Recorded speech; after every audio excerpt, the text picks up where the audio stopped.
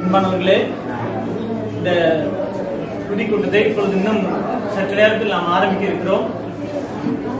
வெளியே கூடியிருக்கிறவர்கள் உள்ளே வந்து ஆலயத்திற்குள்ளாக அமர்ந்திருந்து சிறிது நேரம் ஜெபத்திலே காத்திருப்போம். நாம் இந்த துதி கூட்டத்தை ஆரம்பிக்க இருக்கிறோம். இப்பொழுது நம் மத்தியில் வந்திருக்கிற பாஸ்டர் அவர்கள் வந்து இந்த கூட்டத்தின் ஆரம்ப ஜெபத்தை செய்வார்கள்.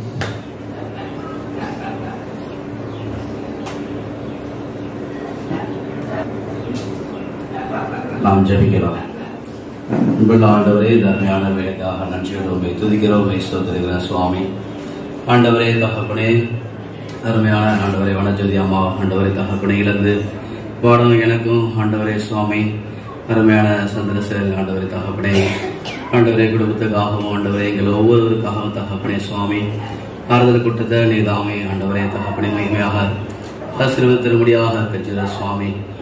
எவ்வளவாக ஆண்டவரே அவர்கள் தகப்பனே நமக்கு ஆண்டவரே உடையத்தின் பாதல ஆண்டவரே செய்த ஒவ்வொரு காரியங்களையும் தகப்பனா நினைத்து ஆண்டவரே சுவாமி, மீதியான ஆண்டவரே என்னுடைய நாட்டிலே எங்களுடைய நாட்டிலே சுவாமி ஆண்டவரே அவர்கள் விட்டு சென்ற அந்த ஊழியத்தின் பாதல சுவாமி, எவ்வளவாக ஆண்டவரே உமக்கன்று ஊழியம் செய்யணுமே என்ற அந்த தாகத்தை ஆண்டவரே எங்கள் மத்தியில தகப்பனே அவர்கள் மூலமாக நீங்க கொடுத்த உங்களுடைய தெய்வக்காக துதிக்கிற சுவாமி. அந்த ஊழியத்தின் காரியங்களை சுவாமி வரக்கூடிய நாட்கள்ல ஆண்டவரே நாங்கள் அதிகமாக ஆண்டவரே அப்பா ஜெபிக்கக்கூடிய பிள்ளைகளாக ஆண்டவரே தகப்பனே இந்த இடத்துல ஆண்டவரே சகவாசத்துல ஆண்டவரே தகப்பனே தேவனுடைய பிள்ளைகள் ஆண்டவரே உற்சாகமாக ஓடி வந்து தகப்பனே அதிகமாக ஜெபிக்கக்கூடிய ஒரு ஜெப குழு ஆண்டவரே நீதாமே எனக்கும் எங்களுக்கும் ஆண்டவரை புதுப்பித்து தரும்படியாக உங்களுடைய திருப்பாதல கெஞ்சுகிறோம் சுவாமி. நாங்கள் எங்களை ஆண்டவர் என்னையும் எங்களையும் ஆராய்ந்து பார்க்க ஆண்டவரே அப்பா நீதாமே எங்களுக்கு இறக்க செய்ய சுவாமி. ஆண்டவரே தகப்பனே நீதாமே ஆண்டவரே என்னோட எங்களோட நீங்க ஆண்டவரே அப்பா நீதாமே உடைய ஜீவன்ல வாழ்க்கையில ஆண்டவரே பேசுற உடைய பிள்ளையை மறைத்து ஆண்டவரை நீர் தகப்பனே ஆண்டவரை எங்களுக்கு ஆறுதல் கொடுக்க முடியாத ஆண்டவரே அப்பா எனக்கு எங்களுக்கும் ஆண்டவர் பரத்திலிருந்து ஆறுதலை கொடுக்க முடியாத ஆண்டவரே அப்பா தகப்பனே ஆறுதல் தேவன் தாமே எங்கள் மத்தியில இறங்கி வரும்படியாக கெஞ்சுகிறோம் சுவாமி. ஆண்டவரை ஆரம்பம் முதல் முடியவரை தகப்பனே பரிசுத்த ஆவியானவரே ஆண்டவரை ஆறுதல் படுத்த நடத்த முடியாத நடத்திருப்பார்கள் கெஞ்சுகிறோம். நீங்க இறக்க சேரப்படுறதுக்காக நினைக்கிறோம். இயேசு ரட்சகர் நாமத்தில் கெஞ்சுகிறோம் சுவாமி. ஆமென்.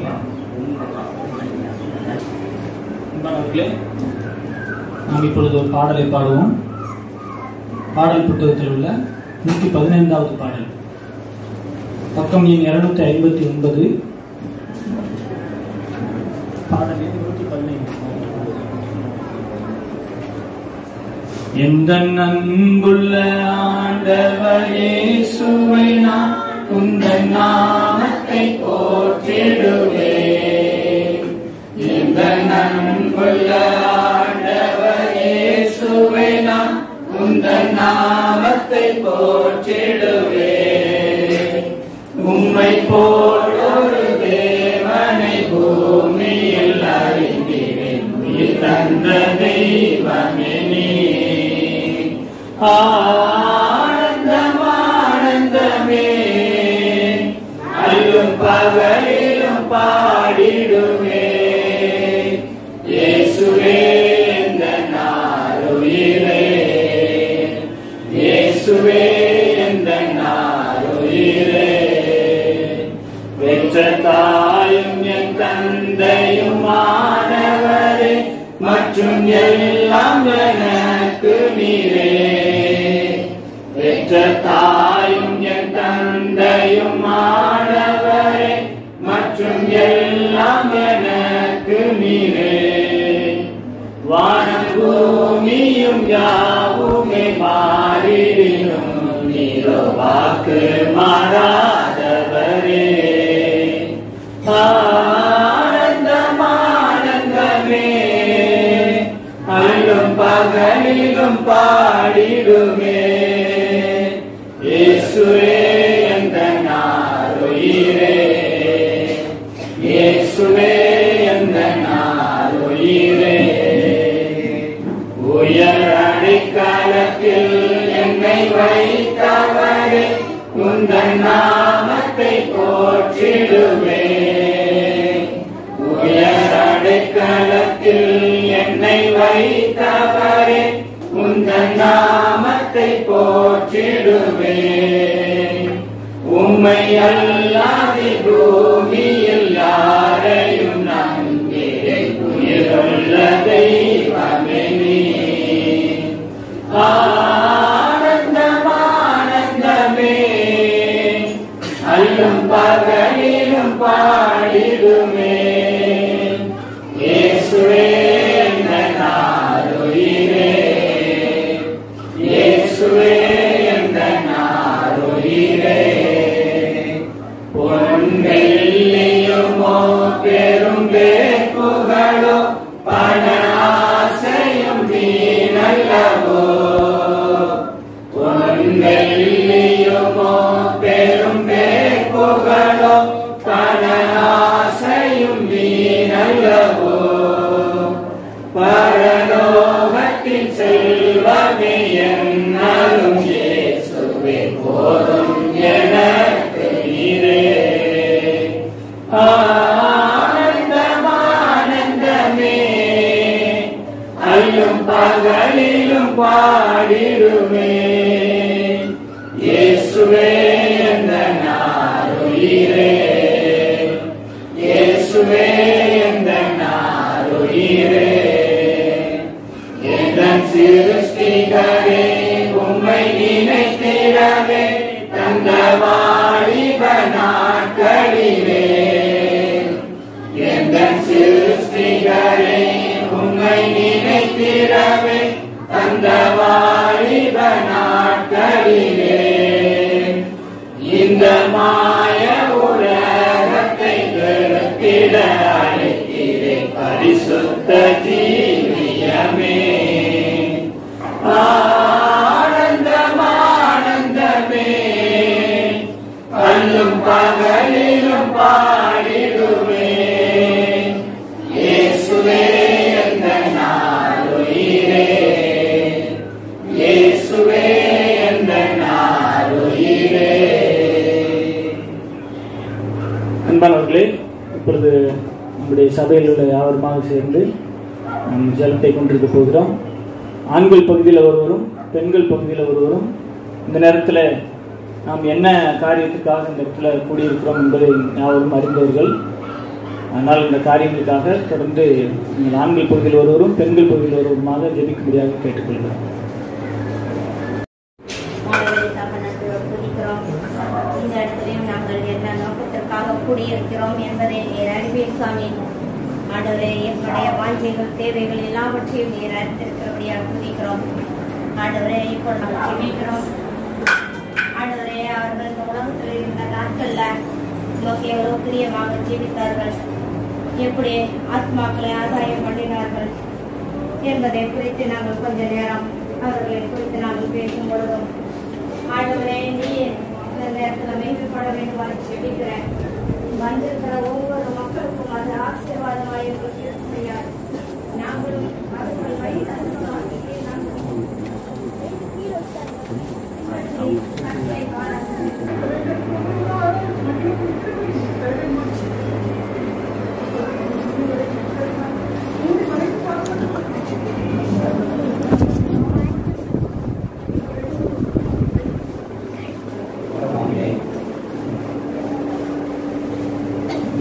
நேசிக்கிறார்கள். ஆண்டு நேரத்துக்காக துதிக்கிறோம். ஆண்டு மாலை நேரத்தில் ஆண்டு சுவாமி நாங்கள் செய்யார் அந்த இடத்துல கூடியிருக்கும் பொழுது ஆண்டு சுவாமியுடைய ஆதிபடியாக எங்கே 2 பேர் நாமத்திற்கு கூடியிருக்கிறீர்களோ அவர்கள் மத்தியில் நான் இருப்பேன் சொன்னவர். ஆண்டு நேரத்தில் எங்கள் மத்தியில் இருக்கிறேன் சுவாமி. ஆண்டு ஒருவருடைய ஆண்டு சுவாமி ஜபங்களை கேட்டுக்கொண்டிருக்கிறேன். இந்த நேரத்தில் இல்லாமல் இருக்கிறவர், கேட்டவனாக இருக்கிறவர். ஆண்டு இந்த நேரத்தில் எல்லாமே எங்கள் மத்தியில் இருந்து சுவாமி ஆண்டு ஜபத்தை சுவாமி மத்தியில் காலம் ஆண்டு சுவாமி அவர்கள் வாழ்ந்த நாட்களில் அவருடைய என்ன பிரயாசம் நோக்கங்கள் ஆண்டு சுவாமி மட்டும் முடிவு மட்டும் செய்து முடித்தமைக்காக நன்றியோடு துணிக்கிறோம். ஆண்டு 28 வருஷமா தெரியும். எனக்கு தெரியும் சொல்றதை விட அவங்க எனக்கு தெரிந்து கொண்ட காரியங்கள் 28 வருஷத்துல அதிகமா நான் பழகினேன். ஆலயத்தினுடைய காரியங்களும் வீட்டினுடைய காரியங்களும் அதிகமாக நான் பழக்க வைத்துக் கொண்டேன். ஜோதியினுடைய ஒரு குணாதிசைகளை பற்றி நல்ல நல்ல குணாதிசைகள் இருக்குது. அதை எல்லாம் சொல்லணும்னு ஆசைப்படுறேன். கொஞ்சம் டைம் எடுத்துக்காக கூட கொஞ்சம் நேரம் ஆனாலும் தயவுசெய்து நம்ம மன்னிச்சிருங்க. சகோதரிட்ட ஒரு நல்ல குணம், நல்ல ஒரு ஜெபிக்கிற குணம், ஜெபிக்கிற ஆவி. இன்னைக்கு நான் கூட ஜெபத்தை அலப்புவேன், ஜெபத்தை கூட நான் அலப்புவேன். ஆனால் சகோதரருடைய ஜெபம் அடுக்கடுக்கா இருக்கும். ஒரு கட்டிடம் அடுக்கடுக்க மாடி எவ்வளோ அழகாக பார்க்க அழகாக இருக்குதோ அது போல சகோதரருடைய ஜெபம் அவ்வளோ அழகாக இருக்கும். தன்னை முதலாக தாழ்த்தி கொண்டு, தன்னுடைய குடும்பத்துக்காக ஜெபித்துக் கொண்டு, தனக்கு நாம் செய்கிற ஊழியத்துக்காக ஜெபித்துக் கொண்டு, சபை மக்களுக்காக ஜெபித்துக் கொண்டு, சபை ஊழியருக்காக ஜெபித்துக் கொண்டு, இந்த தேசத்துல எத்தனை நாடு இருக்குதோ அத்தனை நாடு அந்த பிள்ளைக்கு தெரியும். இத்தனை நாடு எப்படி நீ மனசுக்குள்ள வச்சிருக்கிற? நிறைய நாடை சொல்லுவாங்க. அந்த நாட்டை அந்த நாட்டுடைய மக்கள் சந்திங்க, இந்த நாட்டு மக்கள் சந்திங்க, அந்த தேசத்து மக்கள் சந்திங்க. அதுல என்னால் அந்த இதை சொல்ல முடியல. அவ்வளவு நாட்டினுடைய மக்களுக்காக அந்த பிள்ளை ஜெபிக்கும். அடுக்கடுக்காக ஜெபம் பண்ணும். ரொம்ப பிரியமா இருக்கு. எனக்கு ரொம்ப கேட்க ஆசை இருக்கும். நம்மளால சில ஜபத்தை உழந்துட்டுக்குமே, அங்க ஜபிச்சுட்டு மறுபடியும் இங்கே வந்துடும், இங்கே சொல்லிட்டு அங்கே போயிடுமே. அந்த பிள்ளை எவ்வளவு அழகா ஜெபிச்சு பார்த்து பாருங்க.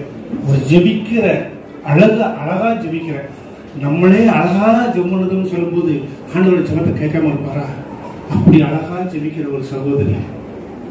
இன்னொரு காரியம் என்னன்னா, அனுசரிக்கிற காரியங்கள், வருகிற ஆத்மாக்களை, தேடி வருகிற ஆத்மாக்களை. இப்ப நானே எடுத்துக்குவேன், எனக்கு ஏதாவது ஒரு பிரச்சனை இருக்கும்போது நான் சாமத்துக்களோட போய் கதவை தட்டுவேன். இங்கேருந்து அங்க இருக்கும்போது சாமத்துக்களோட கதவை தட்டுவேன், போய் ஜெபம் பண்ணணும். என்னன்னா இந்நேரம் வந்திருக்கீங்க சொன்னதே கிடையாது.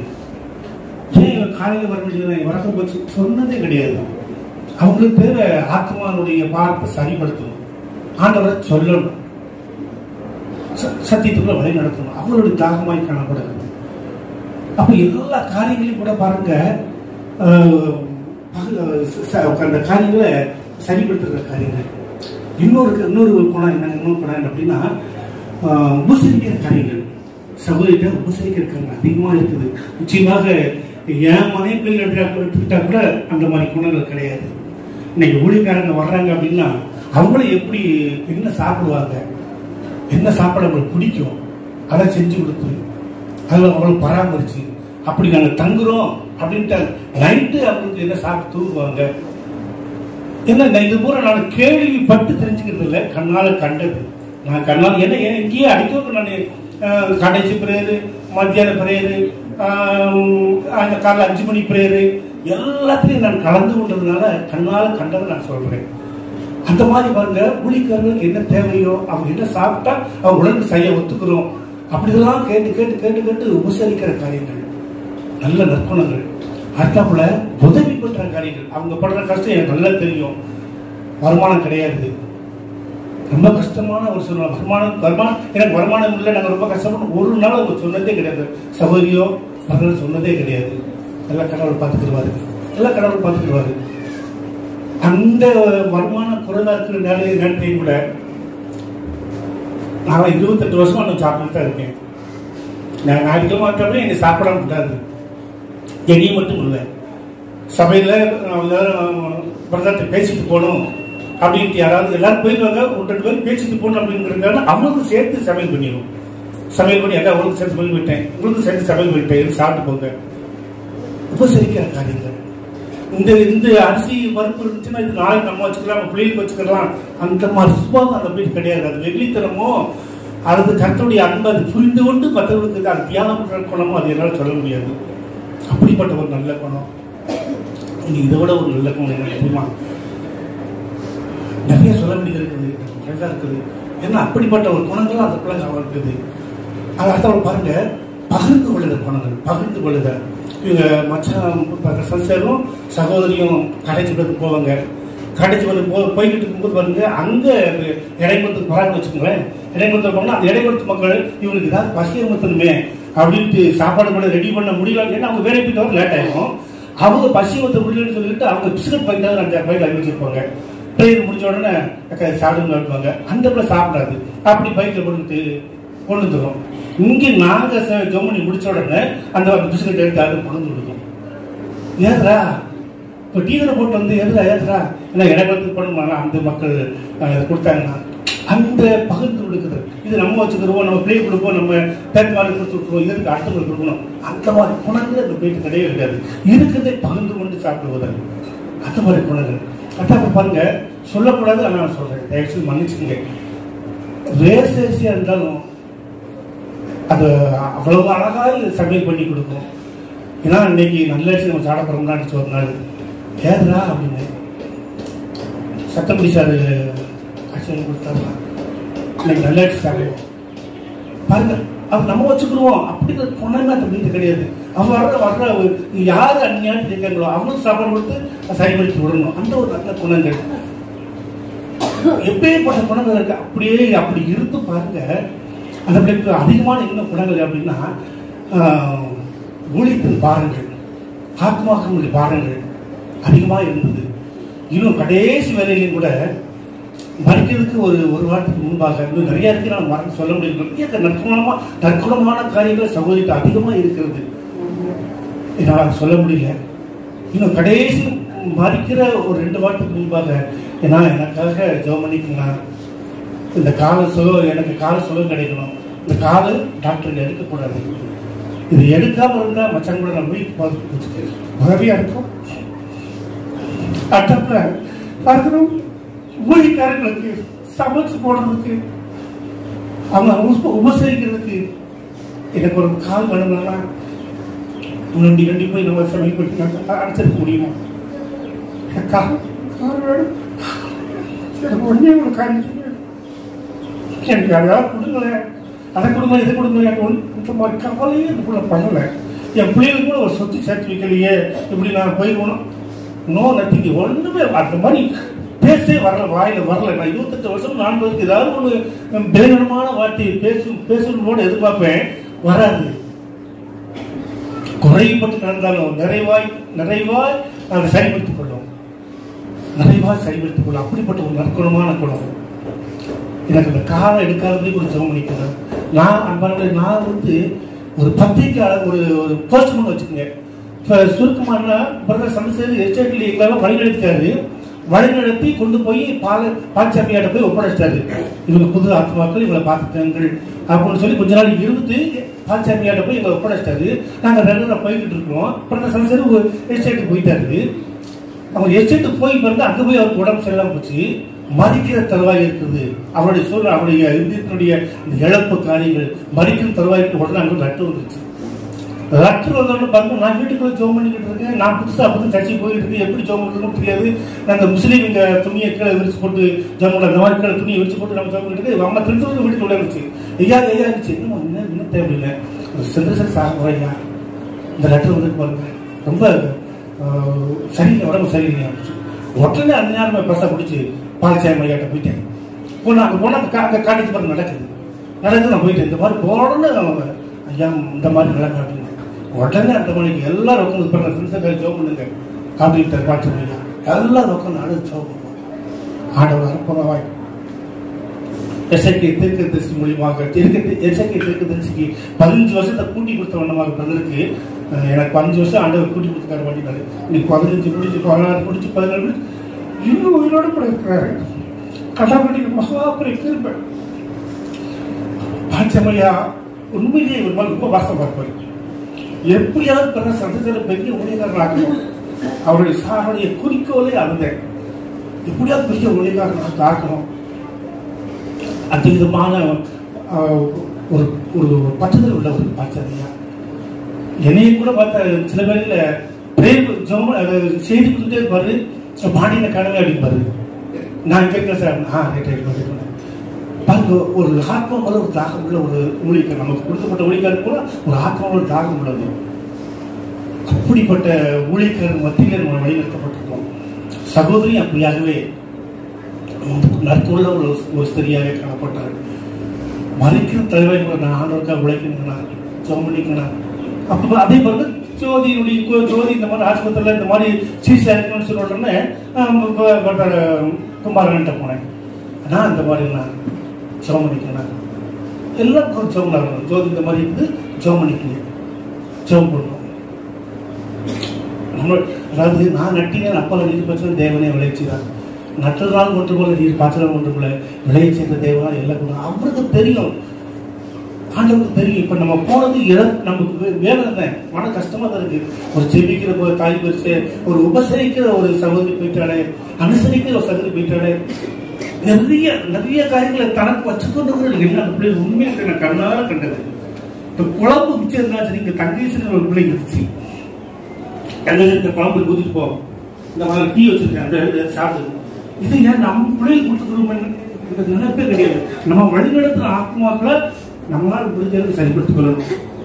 அந்த மாதிரி ஒரு அர்ப்பணிமான ஒரு சகோதரி. கடைசி வேலையில் நம்ம எல்லாரும் கொண்டாடி ஜெபிக்கிறோம். இந்த மாதிரி ஜோதிக்காக ஜெபம் பண்ணிக்கும் போது எல்லாருமே நம்ம ஜெபம் பண்ணோம். ஆனால் ஒரு நினைவு என் நினைவு இல்லைன்னு சொல்லப்பட்டவனமாக ஆண்டவர் சகோதரி மூலம் இறக்க இறக்கம், நீ பட்ட நீ செய்த ஊழியங்கள், ஊழியக்காரர்களுக்கு செய்த உபசரண காரியங்கள், நீ படுகிற இந்த வேதனைகள் போதும், என்னோடு கூட வாயின்னு சொல்லி ஆண்டு எடுத்துக்கிட்டாரு. நம்ம கவலைப்படுறதுக்கு ஒன்றுமே இல்லை, இது வேதனைப்படுறதுக்கு ஒன்றுமே இல்லை. இந்த வேதனை நீங்கி ஆண்டவரோடு கூட இருக்கிறது அது மகாபுரிய ஒரு சந்தோஷமான காரியம். இந்த குடும்பத்துடைய ஆதரவுக்காக நம்ம எல்லாரும் கூட ஜெபித்துக் கொள்வோம்.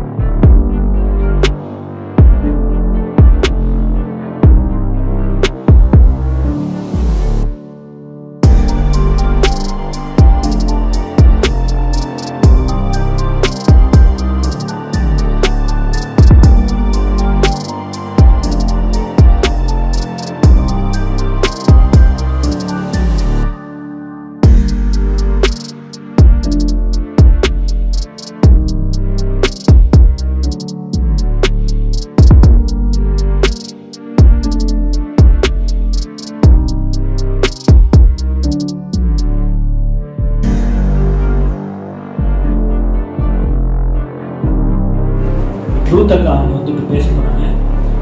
தயவுசெய்து இதுக்கடுத்து நிறைய பேர் பேசுகிறதா இருக்கிறதுனால உங்களுடைய டைம்கள் நேரங்களை சரியானபடிக்கு பயன்படுத்தி கொடுங்க. அண்ணியை குறித்து கொஞ்சம் நேரம் பேசுறதுக்காக ஆண்டவர் எனக்கு கொடுத்த தருணத்திற்காக நான் நன்றி செலுத்துறேன். நான் 1914 வருஷத்துல தான் எனக்கு தெரியும் அண்ணனையும் அண்ணியும். நான் அப்பதான் கல்யாணம் முடிச்சு எஸ்டேட்டுக்கு வந்தேன். என்னுடைய கல்யாணத்துக்கு அண்ணன் வந்தாரு, பாளையங்கோட்டைக்கு திரும்ப எங்க வீட்டுக்கு வந்தாரு. அதன் மூலியமா தான் எனக்கு அவர் அறிமுகமானார். எங்க வீட்டுக்காரரும் அண்ணனும் எல்லாருக்கும் இங்க உங்களுக்கு தெரிஞ்சிருக்கும், அவங்க எப்படி இருந்தாங்கிறது உங்களுக்கு தெரிஞ்சிருக்கும். அவ்வளோ ஒரு சிநேகிதர்கள் 2 பேரும். ஆனாலும் அந்த நாட்கள்ல நான் வந்த பிறகு இவங்களுடைய வாழ்க்கையானதை நான் பார்த்தேன். எங்க அண்ணி அப்படி ஜெயிப்பாங்க, எங்க அண்ணன் ஜெயிப்பாரு. போட்டி போட்டுக்கிட்டு எங்க வீட்டுக்காரர் எங்க அண்ணனும் போய் 2 பேரும் ஜெபம் பண்ணுவாங்க. அண்ணி அதே போல நல்லா ஜெபிக்கிறவங்க, மற்றவங்கள்ட்ட போய் ஆவிக்குரிய காரியத்தை பேசுவாங்க. ஞாயிற்றுக்கிழமையானா நான் சவாலா சொல்றேன், இன்னைக்கு நம்ம எத்தனை பேர் அதை கை கொள்றோமோ எனக்கு தெரியாது. எங்க அண்ணி வேலை செய்ய மாட்டாங்க, சனிக்கிழமையே சாப்பாடு செஞ்சு தாளிச்சு வச்சிருவாங்க. ஞாயிற்றுக்கிழமை மாட்பாறை போகணும், சின்ன சின்ன பிள்ளைங்களை கூட்டிட்டு போகணும். கடையில போய் சாப்பிட முடியாது, செலவு செய்யக்கூடாது. சனிக்கிழமையே சாப்பாடு செஞ்சு ஞாயிற்றுக்கிழமை எடுத்துட்டு வருவாங்க. அது எனக்கு ரொம்ப ஒரு சவாலா இருக்கும். நம்ம ஞாயிற்றுக்கிழமையை கை கொள்ளணும்னு நமக்கு எவ்வளவு போதிச்சாலும் அதை நம்ம கை கொள்றது இல்லை. ஆனா அதை எங்க அண்ணி மூலியமா நான் பார்த்தேன். அதே போல எல்லாரையும் ஊழியக்காரங்களை உபசரிக்கிறதுல இருந்து, வீட்டுக்கு யார் வந்தாலும் சரி அவங்களை உபசரிக்கிறதுல இருந்து, அவங்க மனம் போடாம சந்தோஷமா அவங்ககிட்ட என்ன இருக்கோ அதை வச்சு அவங்க செஞ்சாங்க, செஞ்சு சந்தோஷமா செய்வாங்க. நானு நேற்று இந்த இடத்துல எனக்கு அவ்வளவு தாங்க முடியாத ஒரு வேதனை தான். நான் வந்தா நான் எப்படி சாப்பிடுவனோ அதை காட்டி எனக்கு செய்வாங்க. நேற்றுக்கு எனக்கு செய்யறதுக்கு இல்லை.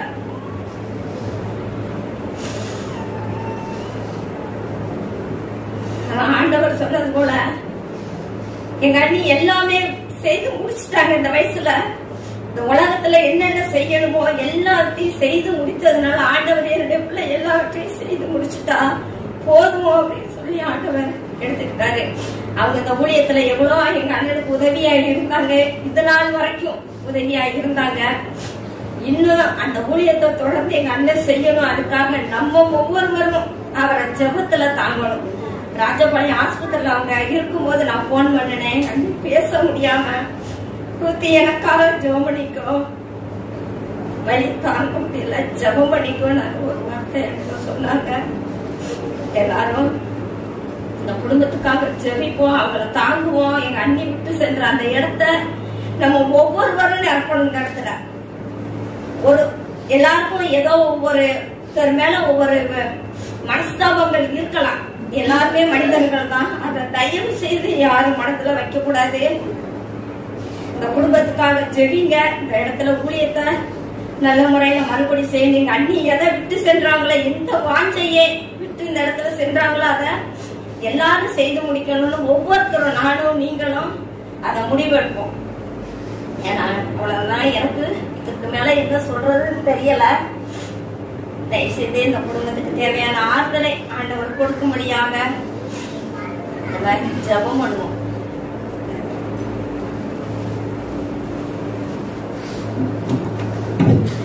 சகோதரி ராஜாத்தி அவங்க அத்தையை கொடுத்ததுன்னு நேரத்திலையும் கூட சகோதரி மறித்து போன இந்த நேரத்திலையும் கூட நம்ம எல்லாரும் கூடியிருக்கிறோம். நம்ம எந்த அளவுக்கு அந்த சகோதரியை கேட்டது போல சாட்சியம் நாங்களோ நீங்களோ இந்த இடத்துல வைத்திருக்கிறோம், இல்ல வைக்க போறோம், இப்படிப்பட்ட ஒரு சூழ்நிலையில் நிற்க போறோங்கிறது தெரியாது. ஆனா சகோதரி நானும் இந்த வால்பாறை பகுதியில அவங்க எனக்கு முன்னாடி ஒரு 2 வருஷத்துக்கு முன்னாடி அந்த சவகாசத்துக்கு போயிருக்கிறாங்க. அதுக்கு பின்பாக நாங்க 2 பேரும் ஒன்னாவே ஒரு ஃப்ரெண்டா நான் இன்றுதான் இருந்தேன். ஆனாலும் 2 பேரும் ஒரு அன்பா பழகிற ஸ்திரியாவே என் கூட வேலை செஞ்சோம். ஒரே இடத்துல வந்து அவங்க என்ன செய்வாங்க, நாங்க முன்னாடி போயிட்டோம் அப்படின்னா ஆண்டோடைய வார்த்தையை மட்டும் என்கிட்ட பேசுவாங்க. அக்கா அவர் எவ்வளவுதான் தொந்தரவு பண்ணுவாங்க, நீங்க ஆண்டவருக்குள்ள வாங்கக்கா, உங்களுக்கு சமாதானம் கிடைக்கும், சந்தோஷம் கிடைக்கும். நாங்க பாருங்க அண்ணனும் நானும் எவ்வளவோ ஒரு கஷ்டத்துல இருந்திருந்தாலும் நாங்க ஆண்டவருக்குள்ள போயிருக்கும் போது இன்னைக்கு நல்ல ஒரு சந்தோஷத்துக்குள்ள நாங்க இருக்கிறோம். அதே சந்தோஷம் உங்களுக்கு கிடைக்கும்க்கா அப்படின்னு என்னை பாக்குற நேரமெல்லாம், காட்டுக்கு போற நேரமெல்லாம் அந்த வார்த்தையை பேசும். அப்படி பேசும்போது நான் ஒரு நாள் என்ன செஞ்சேன், சகோதரிக்கே தெரியாம அப்ப சிஎஸ் சர்ச்சில் ஊழியம் நடந்துகிட்டு முத ராஜன் வந்திருக்கிறாரு, அங்க உள்ள ஊழியக்காரர். இது ஓடி வந்து என்ன செஞ்சிச்சு, பிரேயர் முடிஞ்ச உடனே சந்தோஷமா என்னை கட்டி பிடிச்சிச்சு. என்ன சொல்லி, எனக்கு தெரியாமே நீங்க வந்திருக்கிறீங்கக்கா, எனக்கு ரொம்ப சந்தோஷமா இருக்குதுக்கா. இதே வார்த்தை நீங்க கடைசி வரைக்கும் நிலைச்சு நிக்கணும், ஆண்டவருக்காக நிக்கணும், நம்ம பின்வாங்கி போயிடக்கூடாது, நம்ம குடும்பத்தையும் பார்க்கக்கூடாது, மற்றவங்களையும் பார்க்கக்கூடாதுக்கா அப்படின்ட்டு உடனே கூட்டிட்டு போய் அண்ணன் அறிமுகப்படுத்துச்சு. மறாது வாரம் அண்ணன் என்ன செஞ்சாரு, அவங்க வீட்டுக்கு பிரேயர் போதிருக்கும் போது மேல ஓடி வந்துச்சு. இவங்க வந்து கீழே இருக்கிறாங்க, நாங்க வந்து மேல இருக்கிறோம், ஒரு 10-15 படிக்கட்டுக்கு மேல ஏறி வரணும். இது என்ன பண்ணுச்சு, அண்ணன் உங்களை கூப்பிடாருக்கா ராஜண்ணே, நீங்க உடனே வீட்டுக்கு வாங்க நினைச்சு. நான் உடனே போன உடனே அவர் இவங்கதான் ராஜா. அப்ப வந்து எனக்கு எஸ்டேட் பேர் ராஜாத்தி தான், ரசிக்கப்பட்டது எஸ்தர் ராஜாத்தி தான் கொடுத்தது. இவங்கதான் ராஜாத்தி அப்படின்னு சொல்லிட்டு இது சந்தோஷப்பட்டுட்டு இவங்களுக்காக செபிக்கணும் அப்படிங்கும் போது அவர் அங்கேயே வச்சு எல்லாம் விசாரிச்சு எழுதி வச்சுக்கிட்டு எனக்கு ப்ரேயர் பண்ணாங்க. மறுநாள் காட்டில் வந்து ரொம்ப எனக்கு ஒரு ஃப்ரெண்டா அது வந்து அந்த சபைக்கு போனதுக்கும் 2 பேரும் ஒன்னா நாங்க பேசுனதுக்கும், எங்க போனாலும் என்னை விடாது. பாங்கக்கா நம்ம கொஞ்ச நேரம் மேஸ்திரி இல்ல, நம்ம கொஞ்ச நேரம் அங்க போய் செபிக்கலாம், நம்ம கொஞ்ச நேரம் அங்க போய் இருக்கலாம் அப்படின்னே காட்டுல என்னை கூப்பிடும். சரி சோதி அப்படின்ட்டு நம்ம போய் கொஞ்ச நேரம் நாங்க உட்காந்து அந்த காட்டுல கூட நாங்க ப்ரேயர் பண்ணுவோம். எங்கேயாவது ஒரு தேவைக்குள்ள உட்காந்து ப்ரேயர் பண்ணுவோம். என்னுடைய கஷ்டத்தை சொல்லி அது ப்ரேயர் பண்ணும். சோர்ந்து போகக்கூடாதுக்கா, நம்ம சின்ன பிள்ளைகளை வச்சுக்கிட்டு இருக்கிறீங்க, நீங்களும் சின்ன பிள்ளைங்களா வச்சுக்கிட்டு இருக்கிறீங்க, நாங்களும் சின்ன பிள்ளையா வச்சுக்கிட்டு இருக்கிறோம். அண்ணன் நானும் இன்னைக்கு இந்த வால்பாறைக்கு எவ்வளவு கஷ்டமான சூழ்நிலையிலையும் நாங்க போய்கிட்டு இருக்கிறோம். நீங்க ஒரு வாரம் இல்லைனாலும் ஒரு வாரம் நீங்க வாங்கக்கா, அவர் ஒரு நாளும் உங்க பின்னாடி வந்துருவாரு அப்படின்னு சொல்லிட்டு எனக்காக அதிகமா அது ப்ரேயர் பண்ணோம். அவ்வளவு பாலத்தோட ப்ரேயர் பண்ணோம். அவங்க வீட்டுல ப்ரேயர் வச்சிருந்தா வாரம் அக்கா வந்துருங்க, பிள்ளைகளை கூட்டிட்டு அண்ணன் இருக்கிறாரு, நான் கூட்டி கொண்டு வந்து விட சொல்றேன், நேரம் ஆயிடுச்சுனா அப்படின்னு சொல்லிட்டு எனக்கு வந்து வீட்டுல வந்து சொல்லிட்டு போன சில நேரம் வந்து சரி சோதி நான் வரேன் அப்படின்ட்டு 2 பிள்ளைகளும் அந்த மழை நேரமா இருந்தாலும் பந்தத்தை கையில பிடிச்சிக்கிட்டு பிள்ளைகளை கொடையும் பிடிச்சிக்கிட்டு தூக்கிட்டு போவேன். ஐயோ அக்கா எவ்வளவு கஷ்டப்பட்டு வந்திருக்காங்க, அப்பா நீங்க கொண்டு விட்டுட்டு வாங்க அப்படின்னு சொல்லுவோம். அண்ணன் சொன்னதால ஒரு நாளைக்கு அந்த படிக்கட்டை கடந்து வரந்தாட்டியும் கூட வருவாரு. ஒரு நாளைக்கெல்லாம் வேண்டாங்க நான் போயிருவேன் அப்படின்னு சொல்லிட்டு கூட்டிட்டு வந்துடுவோம். ஆனா ஒரு வாரம் கூட என்னை இழுத்து விடாது. வாங்கக்கா பாஸ்டிங் பிரேயர் இருக்குது அப்படின்ட்டு என்னை வர சொல்லும். இப்படி அங்க 2 சகோதரர் இன்னொரு சகோதரர் இப்ப சாட்சி கொடுத்தவங்க அவங்க வீட்லயே அவங்க அண்ணி வீட்லயும் அந்த பிரேயர் நடக்கும். மாத்தி மாத்தி இவங்க வீட்டுல ஒரு வாரம் நடக்கும், அங்க ஒரு வாரம் நடக்கும். இப்படியே நான் போய்கிட்டே இருப்பேன். அதுக்கு ரொம்ப ஒரு ஆறுதலாகவும் தேர்தலாகவும் எனக்கு அந்த ஸ்திரியை வச்சு இருந்துச்சு. கொஞ்ச நாள் கழிச்ச உடனே என்ன சொல்லிச்சு, எங்களுக்கு அழைப்பு கொடுத்திருக்கிறாருக்கா ஆண்டவர், நாங்க ஊருக்கு போயிருக்கோம் அப்படின்னு ஊழியத்துக்கு அழைச்சிட்டாரு, நாங்க ஊருக்கு போறோம். என்ன சொல்லி திடீர்னு சொல்றது அப்படின்னு.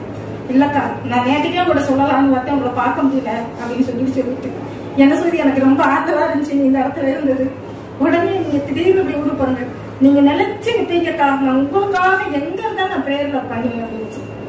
அதை சொன்ன அடுத்த ஒரு 3 மாசம் 4 மாசத்துல அவங்க கிளம்பி ஊருக்கு வந்துட்டாங்க.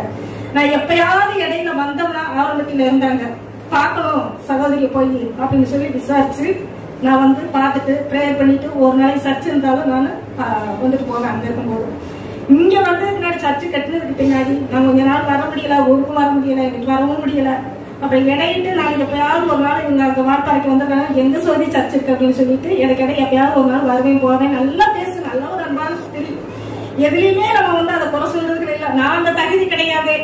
இதை வச்சுனாலும் அப்படி அந்த ஒரு நிலைமையில நாங்க இருக்கிறவங்க எங்களுக்குள்ள ஒரு வேதனை கொண்டு வந்து இப்படி மறிச்ச ஒரு சகோதரியும் நம்மளும் கொஞ்சத்திலாவது அந்த பங்கெடுக்கணுங்கிறது. இவ்வளவு சகோதரத்தை நம்ம இவ்வளவு வார்த்தை கேட்டுக்கிறோம், எத்தனையோ சாட்சியை கேட்டுக்கிறோம்.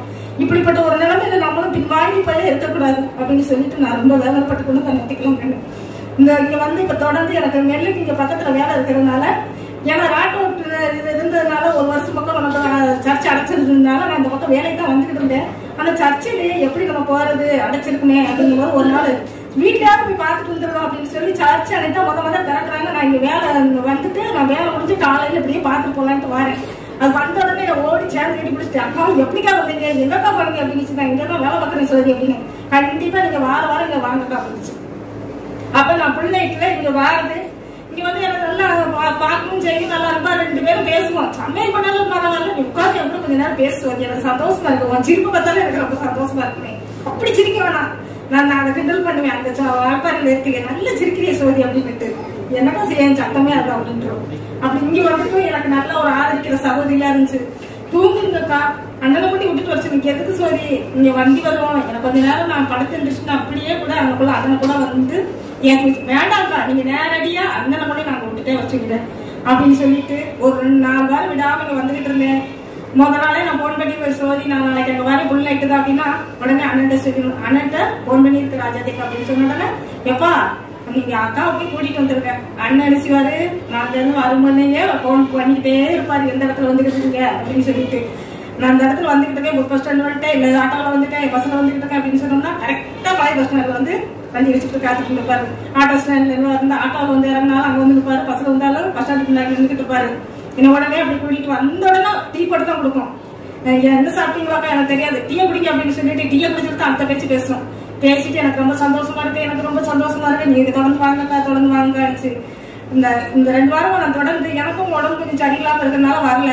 அது வீட்டுல கொஞ்சம் ஜோம் இல்லாம அந்த கால் வலியில இருந்தது. ஒரு நாள் என்ன செஞ்சிச்சு, ஹாஸ்பிட்டல் போறதுக்கு முன்னாடி அக்கா எனக்கு போன் பண்ணுது, ராஜாதிக்கா நீங்க எங்க இருக்கீங்க, நான் வீட்டு வேலை நடந்துட்டு சோதி, என்ன சோதி நல்லா இருக்கிறியா சோதி, நல்லா இருக்கிறாங்கக்கா, நீங்க நல்லா இருக்கிறனால அன்னைக்கு சர்ச்சுக்கு வரல, அதனால அண்ணன் கேட்டாரு என்ன அக்கா இன்னைக்கு சர்ச்சுக்கு வரலையா என்ன சொல்றீங்க, அதனாலதான் நான் படுத்துக்கிட்டு தாங்க உங்ககிட்ட பேசுறேன். என்ன சோதி செய்யுது அப்படின்னா கால் வலிக்காருக்கு ப்ரேயர் பண்ணிக்கோங்கக்கா அப்படி. சரி சோதி நீ நல்ல ஹாஸ்பிட்டல் நீ பார்க்கணும், நல்லா இருக்குது சோதி, எனக்கு அதுதான் ரொம்ப எனக்கு அந்த ஆண்டவர்கிட்ட உனக்காக நான் ப்ரேயர் பண்ணிட்டு இருக்கேன் அப்படின்னு. நம்ம என்னதான் ப்ரேயர் பண்ணாலும் ஆனா வச்சிருக்கிற ஆண்டவர் வச்சிருக்கிற ஒரு பெரிதான நோக்கம் அவரிடத்துல தெரியும், நம்ம இடத்துல எதுவுமே இல்லை. அதனால சகோதரனுடைய நிலைமையும் சகோதரனுடைய வேதனையும் அவர் அறிஞ்சிருக்கிறாரு. இன்னும் எல்லாத்த ஊழியத்தை இதுவரைக்கும் நீ செய்து போதும்னா ஆண்டவர்கள் எடுத்தாரோ அது அவருடைய சித்தம் நமக்கு தெரியாது. அது போல நம்மளும் ஒவ்வொருத்தரும் இந்த சாட்சிய இன்னும் நமக்கு பின்பாடி இருக்கிறவங்க இந்த சாட்சி வைக்கிறதுக்கு நம்மளும் ஆயத்தப்படுவோம் ஒவ்வொருத்தரும். அதை குறிச்சு நம்மளும் அதுக்காக அந்த குடும்பத்துக்காக, சொந்தக்காரங்களுக்காக, பிள்ளைகளுக்காக செபிப்போம். அண்ணனும் சோர்ந்து போகாத அளவுக்கு அந்த ஊழியத்தை நடத்துறதுக்கு அண்ணனுக்கு பலம் கொடுக்கணும். அந்த ஊழியப்பாதையில் எந்த விதத்துல அண்ணன் பின்வாங்கி தேரக்கூடாது. உற்சாகமான அந்த ஊழிய சகோதரி இருக்கிறது போல அண்ணன் அந்த ஊழியத்தை செய்ய வேண்டும். இதுக்காக ஆண்டவர்கிட்ட நாங்க போராடி செபிக்கிறோம். இன்னும் தொடர்ந்து இந்த ஊழியத்தை இந்த இடத்துல எல்லாரும் சேர்ந்து கட்டுறதுக்கு உதவி செய்யுங்க.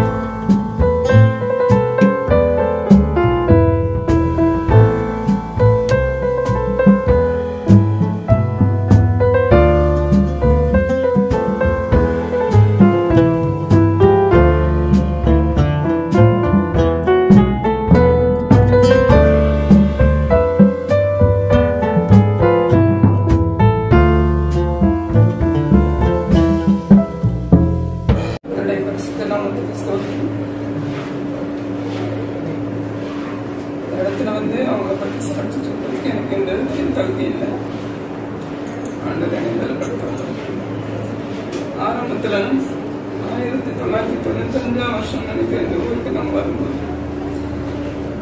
எங்க பாப்பா சின்ன பொண்ணு ஒரு 2 வயசு 3 வயசுக்குள்ள இருக்கும். அந்த நாட்கள்ல தான் இந்த இடத்துல யாருமே கிடையாது. இந்த இடத்துல எங்க வீட்டுக்காரர் வந்து ரயில்ல ஒர்க் பண்ணாங்க. ஒருத்தர் இல்லாத சூழ்நிலை இந்த இடத்துல வந்தோம். அந்த சமயத்துல பால்சாமி அந்த மடவாறு விழாக்கும் அந்த சர்ச்சுக்கு தான் ஆரம்பத்துல முத இங்க இருந்து அந்த மலைப்பட்டியில நாங்க இருந்தோம். வீடு பார்த்து ஒரு சின்னதா ஒரு குடிசை வீட்டுல இருந்தோம். அங்க இருந்து நாங்க அவங்களுக்கு போய் அட்ரஸ் கொடுத்தாங்க. திண்டுக்கல்ல இருந்து வரும்போது அட்ரஸ் கொடுக்கும்போது நாங்க எப்படியோ தேடி கண்டுபிடிச்சு ஒரு 2-3 வாரம் கழிச்சு அந்த இடத்துக்கு போனோம். அதன் மூலமா அங்கிள் வந்து அண்ணனுடைய அட்ரஸை கொடுத்து அண்ணன்கிட்ட பேச சொல்லி அக்காட்ட எங்கிட்ட சொன்னாங்க, இந்த மாதிரி இவங்க இந்த இடத்துல இருக்கிறாங்க, நீங்க போய் பார்த்துக்கோங்க அப்படின்ட்டு. நாங்க அந்த மலையடிப்பட்டி அந்த கிராமத்துல இருக்கு, இந்த கிராமம் இதுதான் நினைக்கிறேன். எனக்கு இந்த இடத்துல இருக்கும்போது அவங்க வந்து இடையில வந்து அந்த வாரம் சர்ச்சுக்கு போவோம். வியாழக்கிழமையில அந்த மதிய வார கூட்டம் இருக்கும். நாங்க ஒரு சின்ன வீட்டுலதான் இருந்தோம். ஆனா எல்லாரும் வந்து அந்த இடத்துல வந்து நாங்க யாருன்னே தெரியாது, எப்படிப்பட்டவங்கன்னு தெரியாது. அந்த சூழ்நிலையில வந்து எங்க வீட்டுல வந்து உட்கார்றதுக்கு ஒரு நல்ல பாய் கூட இருக்கிறாரு. நாங்க ரொம்ப கஷ்டப்பட்ட ஒரு குடும்பத்துல இருந்து தான் வந்தோம். இவர் ஒண்ணு ரயில்வேல வேலை பார்த்தாரு, அது மட்டும்தான் இருக்கு. ஆனா அந்த சமயத்துல எல்லாமே வருமானம் குறைவு, எல்லாமே குறைவு. எனக்கு வந்தா ஒரு டீ போட்டு கொடுக்கணும். அந்த எங்க வீட்டுல வந்து எந்த பாத்திரம் வந்து எதுவுமே இருக்காது. நாங்க வந்து சொல்ல போனா நாங்க லவ் மேரேஜ். ஆனா வந்து அதனால எங்க வீட்டுல இருந்து யாரும் பேச மாட்டாங்க. அவங்க குடும்பத்துல இருந்து யாரும் வர முடியாத ஒரு சூழ்நிலை, அவ்வளவு ஏழ்மையில இருந்தோம். அந்த சமயத்துலதான் வந்து அக்கா அண்ணனோட தொடர்பு எங்களுக்கு கிடைத்தது. வார வருவாங்க, இடையில வருவாங்க, எந்த நேரத்துல வேணாலும் வருவாங்க. ஆனா வந்து அப்படி விசாரிக்கிறவங்களும் அந்த இடத்துல எங்களுக்கு காணப்பட்டாங்க. வந்து அந்த இடத்துல வந்து கரையில இங்கனே உட்கார்ந்துக்கிறோம்க்கா, இங்கனே உட்கார்ந்துக்கிறோம் அப்படின்னு சொல்லிட்டு வந்து உட்கார்ந்து இருப்பாங்க. அவங்களை விட எத்தனையோ வயசு சின்ன பிள்ளைதான். ஆனா என்ன லதாக்கா அப்படிங்கறத இப்ப வரைக்கும் கூட இந்த நாட்கள்லயும் கூட என்கிட்ட அப்படிதான் பேசியிருக்காங்க. அதுக்கப்புறம் அந்த இடத்த விட்டு நான் எப்படியாவது சர்ச்சுக்கு வரணுங்கிறதுக்காக நாங்க அது என்ன பாரதி நகர் அந்த ஊருக்கு அந்த இடத்துலதான் எல்லாரும் இருந்தாங்க. அந்த இடத்துல போய் நாங்க வந்து பக்கத்துலதான் அண்ணன் வீட்டு பக்கத்துல அம்மா இருந்தாங்க, அம்மா அக்கா தங்கச்சி எல்லாருமே இருந்தாங்க. எல்லாரோடையும் ஒரு குடும்ப ஐக்கியத்தோட நாங்க இருந்தோம். அந்த உறவுகளை என்னால இதுவரைக்கும் என்னால மறக்கவே முடியாது. அந்த இடத்துல இருக்கும்போது எதுனாலும் சரி, என்ன தேவைனாலும் எங்க வீட்டுக்கு நைட் வேலைக்கு போயிருவாங்க, காலையில தான் வருவாங்க. ஆனா எங்களை வந்து தேவனுக்கு அடுத்தபடியா தேவனை பத்தி அதிகமா எங்களுக்கு தெரியாது. ஒவ்வொன்றையும் கத்து கொடுத்தவங்க அண்ணன் அக்காவும் தான். எதுவுமே எனக்கு தெரியாது. வேலை செய்யறது கூட தெரியாது. எப்படி வேலை செய்யணும் கூட தெரியாது. சின்ன வயசுல எனக்கு ஒரு 17-18 வயசுல கல்யாணம் ஆயிடுச்சு. எதுவுமே தெரியாது. இந்த இடத்துல வந்து நிறைய காரியங்களை கற்றுக்கொண்டேன். நான் அடுப்புல சமைக்கிறதுக்கு முதற்கொண்டு இங்க வரைக்கும் நான் கற்றுக்கொண்டேன். அதுக்கு முன்னாடி வரைக்கும் எங்க வீட்டுக்காரர் எந்திரிச்சு அந்த அடுப்பெல்லாம் ரெடி பண்ணி கொடுத்தாங்க, நான் சமைப்பேன். அந்த அளவுக்கு வந்து இந்த இடத்துல வந்து எனக்கு சமைக்கிறது, காய்கறி எப்படி நறுக்கணும், என்ன செய்யணும், எல்லா காரியங்களையும் சகோதர சகோதரிகள் என்னோட கூட இருந்தாங்க. நான் என்ன செய்தாலும் அவங்க என்ன செய்தாலும் எங்களுக்கு கொண்டு வந்து கொடுத்துருவாங்க. அது ஒரு இடத்துல உட்காந்து சாப்பிட சமைக்க எல்லாமே. நான் எங்க வீட்டுல இருக்கவே மாட்டேன். பாப்பா கொண்டு போய் ஸ்கூல்ல விட்டுட்டு வந்தோம்னா அக்கா வீட்டுல தான் போய் உட்காந்துக்கிருவேன். என்ன சமைச்சாலும் சரி, நான் போய் ஞாயிற்றுக்கிழமை சர்ச்சு முடிச்சுட்டு வந்தாலும் சரி அங்க போய் உட்காந்துக்கிறேன். எங்க வீட்டுக்காரையும் உங்க பாப்பா வீட்டுலயே இருந்தாலும் எனக்கு வந்து அன்பே இல்லாம இருந்ததுனால அந்த அன்பு எனக்கு ரொம்ப எனக்குள்ளாக வந்துருச்சு. அந்த அன்புல நானும் வளர்ந்தேன். அவங்கள்ட்ட இருந்து நிறைய அந்த செய்தியெல்லாம் கொடுக்கும்போது சந்தோஷம். அப்ப வந்து எனக்கு அந்த அறிவு எனக்கு இல்லை. அவங்க வாரம் டெய்லி உட்காந்து ஒரு குடும்பமா உட்காந்து ஒரு இடத்துல அண்ணனோட வீட்டுல போய் உட்காந்து இருப்போம். உட்காந்து அண்ணன் ஒரு சின்ன செய்தியை கொடுப்பாங்க, ஜெபிக்க வைப்பாங்க, நிறைய காரியங்களை பேசுவோம். அந்த காரியங்கள் எல்லாம் மறக்க இன்னும் என்னுடைய ஆழமான இருதயத்தில் இருக்கிறத நான் பாக்குறேன். அப்படியாக அந்த 1.5 வருஷ காலங்களை நாங்கள் கழிக்கும்படியாக ஆண்டவர் உதவி செய்தார். அவ்வளவுதான் என்னுடைய நாட்கள். இந்த ராஜபாளையத்தில் அவ்வளவு நாட்கள் தான். அந்த சமயத்துல எனக்கு இந்த பிரச்சனை சண்டைலாம் வரும். அதனால இங்க இருக்க எனக்கு மனசுக்கு ரொம்ப கஷ்டமா இருந்துச்சு. நம்ம தனியா இருக்கிறோம், மற்றவங்க வந்து நம்மளுக்கு உதவி செய்யறாங்க, நம்ம வீட்டுக்காரோட இருக்க முடியல, பிள்ளைய வச்சுட்டு இருக்க முடியல. அப்படிங்கறதுனால ரட்சிக்கப்படாததுக்கு முன்னாடி அப்படி ஒரு சிந்தனை வரவும் இவங்க வந்து எழுதி கொடுத்துட்டாங்க வெளியில வேலைக்கு போற மாதிரி. அந்த சமயத்துலதான் அண்ணன் மூலமா அக்கா மூலமா வந்து ஆண்டவர் ரட்சிக்கணும் வழி நடத்தினாங்க. அப்பதான் நான் 96ல தான் ரட்சிக்கப்பட்டேன். அப்ப வந்து அநேக நாட்கள் இப்படியே இருக்கும்படியா ஆண்டவர் இந்த இடத்துல அந்த 1.5 வருஷ காலங்களை கடிக்கும்படியா ஆண்டவர் உதவி செய்தார். ஆனா அந்த இடத்தை விட்டு போன பிறகு நாங்க வந்து திண்டுக்கல்ல போய் குடியிருந்தோம். திண்டுக்கல்ல டிரான்ஸ்பர் கிடைச்சிச்சு. அந்த நாட்கள்ல வந்து அந்த அளவுக்கு எங்களுக்கு கான்டாக்ட்ல போன் நம்பரும் மத்த எந்த காரியங்களுமே நாங்க பகிர்ந்து கொள்ளல. ஆனா அந்த இடத்துக்கு போன பிறகு எனக்குள்ள அந்த கொஞ்சம் கொஞ்சமா நாட்கள்ல கடத்த அந்த அன்பு எனக்கு கிடைக்கல. இப்படிப்பட்ட மக்கள் எனக்கு வந்து கிடைக்கல. ஒரு சகோதரனை போல சகோதரியை போல வழி நடத்துற அன்பு எனக்கு கிடைக்கல. எப்பயாவது ஒரு தடவை திண்டுக்கல் சர்ச்சுக்கு வாரத்துல ஒரு நாள் போவோம், சத்தியத்தை கேட்போம், இருப்போம், அவ்வளவுதான். ஏதோ போறோம் வரோங்கிற மாதிரி ஒரு சூழ்நிலை. டெய்லி இந்த சத்தியம் அப்ப நான் உணர்ந்து பார்த்தேன். ஒவ்வொரு நாளும் நினைப்பேன், இந்த நாள் வரைக்கும் நான் நினைக்கிறேன் இந்த சத்தியம்லாம் எவ்வளவோ கிடைச்சிச்சு, ஆனா இப்ப வந்து நம்மளுக்கு அது கிடைக்கல அப்படிங்கறத நான் நினைச்சு பார்ப்பேன். யார்கிட்ட சொன்னாலும் இத சொல்லுவேன் நான்.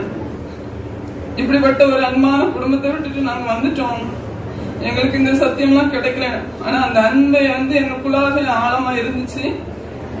எவ்வளவோ காரியங்களை இந்த இடத்துல வந்து கற்றுக்கொண்டேன். அந்த காரியங்கள் இன்னும் என்னுடைய ஆழமான மனசுல இருக்கிறத என்னால உணர முடியுது. அந்த சத்தியம் தான் இந்த இதுவரைக்கும் என்னை வழி நடத்துது. எவ்வளவோ அப்புறம் ஃபெல்லோஷிப் சர்ச்சை விட்டு எவ்வளவோ நாங்க வந்து பின்வாங்கி போய் ஒரு பெண்டிகாஸ்ட் சர்ச்சுக்கு போனோம்.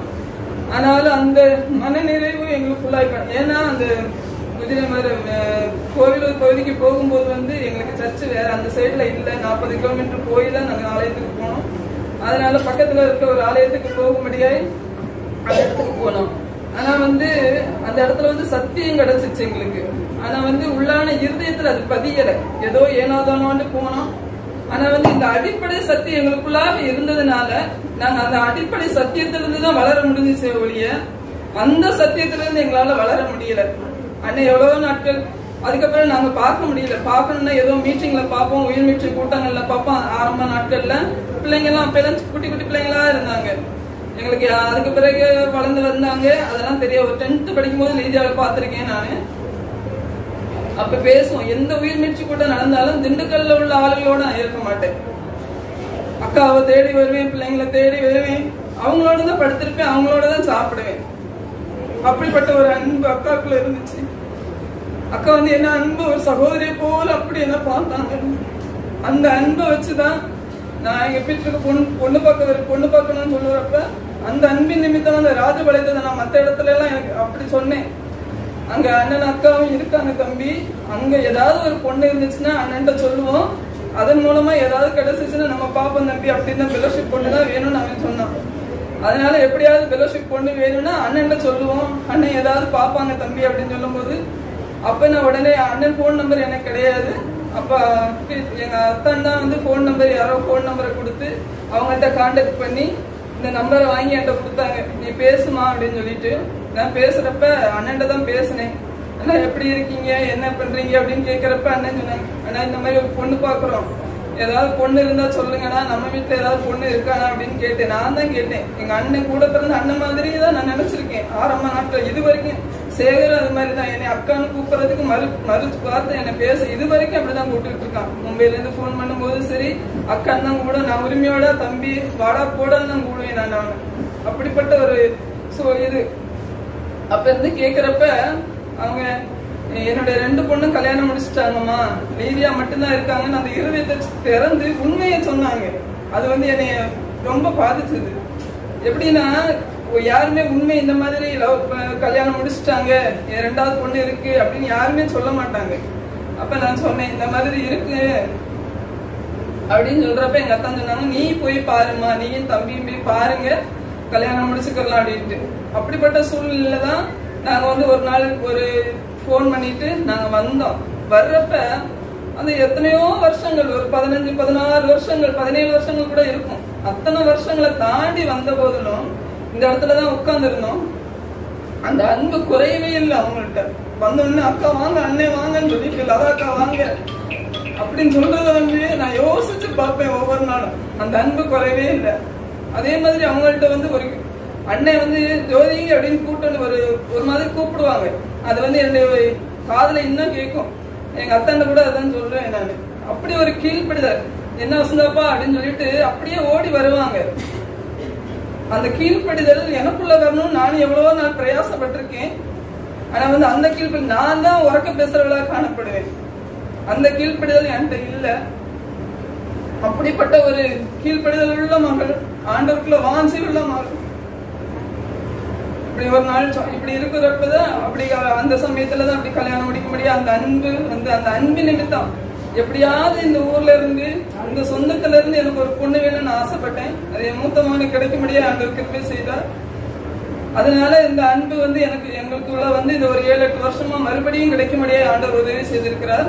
அதற்கு தேவனுக்கு நன்றி சொல்லுகிறேன். அவங்களும் யாரை நம்பியும் கொடுக்கல, தேவனை நம்பி நாங்க சொல்றோம் அப்படின்னு சொல்லிட்டு நாங்க எங்களுடைய வார்த்தையை நம்பி வந்தாங்க. சரி இந்த பையன் நல்லா இருப்பான்னு சொல்லிட்டு தான் வந்தாங்க. ஆனா வந்து நாங்க எப்படிப்பட்டவங்கன்னே அவங்களுக்கு தெரியாது. இந்த ஊரை விட்டு போய் 17-18 வருஷம் ஆயிடுச்சு. ஆனா அவங்களுக்கு தெரியாது. ஆனா வந்து எங்க மேல ஒரு நம்பிக்கை இருந்துச்சு. அது நிமித்தம் கொடுத்தாங்க. அவங்களும் சந்தோஷமா இருக்கிறாங்க, அது வேற விஷயம். ஆனாலும் கூட மறுபடியுமா இந்த உறவுக்குள்ள ஆண்டவர் கொண்டு வந்தபடியா நன்றி செலுத்துகிறேன். கடந்த நாட்கள்ல ஒரு சில மாசத்துக்கு முன்னாடி கூட அக்கா எங்களுக்கு இந்த மாதிரி ஒரு சின்ன புண்ணு வந்திருக்கு வலது காலில், எனக்காக ஜோம் பண்ணிக்கவங்கன்னு அக்கா போன் பண்ணி சொன்னாங்க. நான் போன் பண்ணப்ப அவங்க எடுத்து சொன்னாங்க. அதனால அந்த புண்ணெல்லாம் ஆறுபடியா தேவன் கிருபை செய்தார். மறுபடியும் அந்த இடது காலில் ஒரு சின்னதா புண்ணு வந்திருக்குன்னு லீதியா என்கிட்ட சொன்னாங்க, அக்கா ஜோம் பண்ணிக்கோங்க அப்படின்ட்டு. நாங்களும் உட்காந்து ஜோம் பண்ணோம். அதுக்கு பிறகு மறுபடியும் இந்த ஜூம் மீட்டிங்ல ஸ்டான்லி எங்களுக்காக எல்லாரும் ஒரு கூடி ஜோம் பண்றோம். ஒரு 30 பேர் 40 பேர் இருக்கும்னு நினைக்கிறேன். அந்த நாட்கள்ல வந்து எல்லாரும் அதுக்காக எவ்வளவோ பிரயாசப்பட்டு ஜெபித்தோம். எவ்வளவோ பிரயாசம். எல்லாருமே ஒருத்தர் கூட எப்படியாவது அக்கா உயிரோட வரணும். நான் எவ்வளவோ சொல்லியிருக்கேன், அவங்கள்ட்ட எவ்வளவோ சொல்லியிருக்கேன், இந்த மாதிரி அப்படின்னு சொல்லியிருக்கேன். நான் தனியா பேசுறப்பெல்லாம் இந்த மாதிரி ஒரு குடும்பம், அந்த குடும்பத்தை என்னால மறக்க முடியல. அந்த மாதிரி எல்லாம் இன்னமும் அந்த அன்பு எனக்குள்ள, அவங்க பேசுனது பேசுற பேச்சுக்கள் எல்லாமே எனக்குள்ள இருக்கு அப்படின்னு சொல்லும்ப சொல்லி சாட்சி சொல்லுவேன். ஆனா அந்த நாட்கள்ல முடியாத நாட்கள்ல திரும்பமா முடியலன்னு சொல்லும்போது ஜெபம் பண்ணோம். அதுக்கப்புறம் அவங்க ஆஸ்பத்திரியில இருக்கிறப்ப அந்த ஆபரேஷனுக்கு முன்னாடி நாள் அந்த சதையெல்லாம் உரிச்சு எடுத்துட்டாங்க அப்படின்னு என்ன சொன்னாங்க. அந்த நாட்கள் எனக்கு அண்ணனுக்கு போன் பண்ணி அந்த அக்கா தான் எடுத்தாங்க. கடைசியில ஒரு அந்த பேசும்படியா அவங்களோடு உறவாடும்படியா அந்த ஐக்கியத்தை எனக்கு கொடுத்தார். அதற்காக நன்றி, ஆண்டவருக்கு நன்றி செலுத்துகிறேன். அந்த நாட்கள்ல கூட அக்கா சொன்னாங்க, அக்கா எவ்வளவோ நீங்க ஜெபிச்சிருக்கீங்க, அதனாலதான் என்னுடைய அந்த பாத பகுதியை விரல் பகுதியை எடுக்காதபடிக்கு ஆண்டவர் எனக்கு கிருபை செய்திருக்கிற எல்லாருக்கும் நன்றி சொன்னேன்னு சொல்லுங்க. அந்த நேரத்தில் அந்த வலியுள்ள வேதனையோட கூட இருக்கிறப்ப கூட அவங்கள்ட்ட அந்த நன்றி உணர்வு தேவனுடைய பிள்ளைகளுக்கு உண்மையா இருக்கணுங்கிறதுக்காக அவங்க ஜெபிக்க சொன்னாங்க. கண்டிப்பா நாங்க ஜெபிச்சுட்டு தான் இருக்கிறோம் அப்படின்னு சொன்னோம். அதனால அந்த ஆபரேஷன் பண்ண பிறகு முடியாத சூழ்நிலை இருக்கிறப்ப எவ்வளவு பிரயாசப்பட்டு ஜெபிச்சோம். எப்படியாவது ஆண்டவர் ஜீவனை கூட்டி தருவான்னு நினைச்சோம். ஆனா எங்களுடைய நினைவுகள் நம்முடைய நினைவுகளும் தேவனுடைய நினைவுகளும் ஒன்றில்லை. அவர் நினைவுகள் வேற.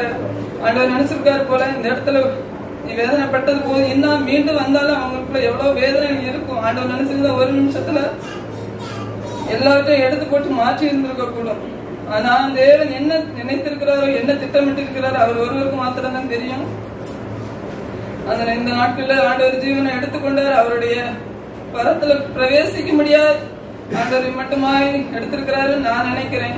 அது எல்லாருக்கும் மிகுந்த துக்கமா தான் இருக்கும். எனக்கு ரொம்ப துக்கமா இருந்துச்சு. அவங்க மறிச்சுட்டாங்கன்னு சொல்றப்ப என்னால அடக்க முடியல. அந்த அளவுக்கு ஒரு துக்கம். என்ன நான் கொஞ்ச நாள் தான் பழகிருக்கேன் அவங்களோட. ஆனா இங்க இருக்கிறவங்க எவ்வளவு நாட்கள் அவங்கள்ட்ட பழகி இருக்கீங்க. அவங்களுக்குள்ள அவ்வளவு துக்கம் இருக்கும். பிள்ளைகளுக்குள்ள சகோதர சகோதரிகளுக்குள்ள அத்தனை துக்கமும் இருந்திருக்கும். என்னால பழகின என்னாலே இவ்வளவு துக்கத்தை தாங்க முடியல சாமி. அண்ணனை பலப்படுத்துங்கன்னு நான் ஜெபிச்சேன். ஆனாலும் அந்த நாட்கள் நான் ஜெபிக்கும் போது என்ன சொல்லுவேன்னா, நீங்க அக்காவை எதுக்காக அண்ணனுக்காகவாது அந்த ஜீவனை கூட்டித்தாங்க சாமி. அண்ணன் இந்த ஊழியத்தை செய்யணும். அவங்கள பலப்படுத்துறதுக்கு அவங்கதான் ஆறுதலா இருக்க முடியும். பிள்ளைங்க எல்லாம் அங்கங்க இருக்காங்க ஆண்டவரே அப்படின்னு நான் ஜெபிச்சிருக்கேன். ஆனா ஆண்டவர் ஜீவனை எடுத்துக்கொண்ட இந்த நாட்கள்ல அவங்க இல்ல. ஆனா அவங்களை பத்தி பேச முடியாத இந்த கிருபையை எனக்கு தகுதியை தந்திருக்கிறார். அதற்காக தேவனுக்கு நன்றி செலுத்துகிறேன். இந்த அவருடைய ஊழியம் இந்த ஆண்டவருக்காக செய்கிற ஊழியங்கள் மென்மேல வளரணும்னு நம்ம அவங்களுக்காக ஜெபித்துக் கொள்வோம். பிள்ளைகளுக்காக ஜெபித்துக் கொள்வோம். இன்னும் அநேக சாட்சிகள் எல்லாத்துலயும் இருக்கு. எனக்குள்ளேயும் அந்த அன்பெல்லாம் இருக்கு. திடீர்னு ஏதாவது சாட்சியை சொல்ல எனக்கு கொடுத்தனால என்னால எதையுமே பேச முடியல, யோசிக்க முடியல. இன்னும் வீட்டுல இருந்தா எவ்வளோ பேச முடியும். அந்த அளவுக்கு எனக்குள்ளாக இருக்கு. எல்லாரும் அவங்களுக்காக ஜெபித்துக் கொள்ளுங்கள். அவங்க விட்டு போகணும் அந்த இடத்த நம்ம ஒவ்வொருவரும் நிரப்பணும். நான் என்னையும் சேர்த்துதான். என்னாலையும் இந்த ஊழியங்கள் எவ்வளவோ தடைப்பட்டு போயிருந்திருக்கலாம். நான் அவங்களுக்காக எவ்வளவோ நாட்கள் ஜெபிக்காமல் இருந்திருக்கிறேன். அந்த பாவம் கூட அவங்களை இந்த இடத்துக்கு கொண்டு வந்திருக்குமா என்னமோ எனக்கு தெரியல. அவங்களுக்காக எல்லாரும் ஜெபித்துக் கொள்ளுங்க. நானும் ஜெபிக்கிறேன்.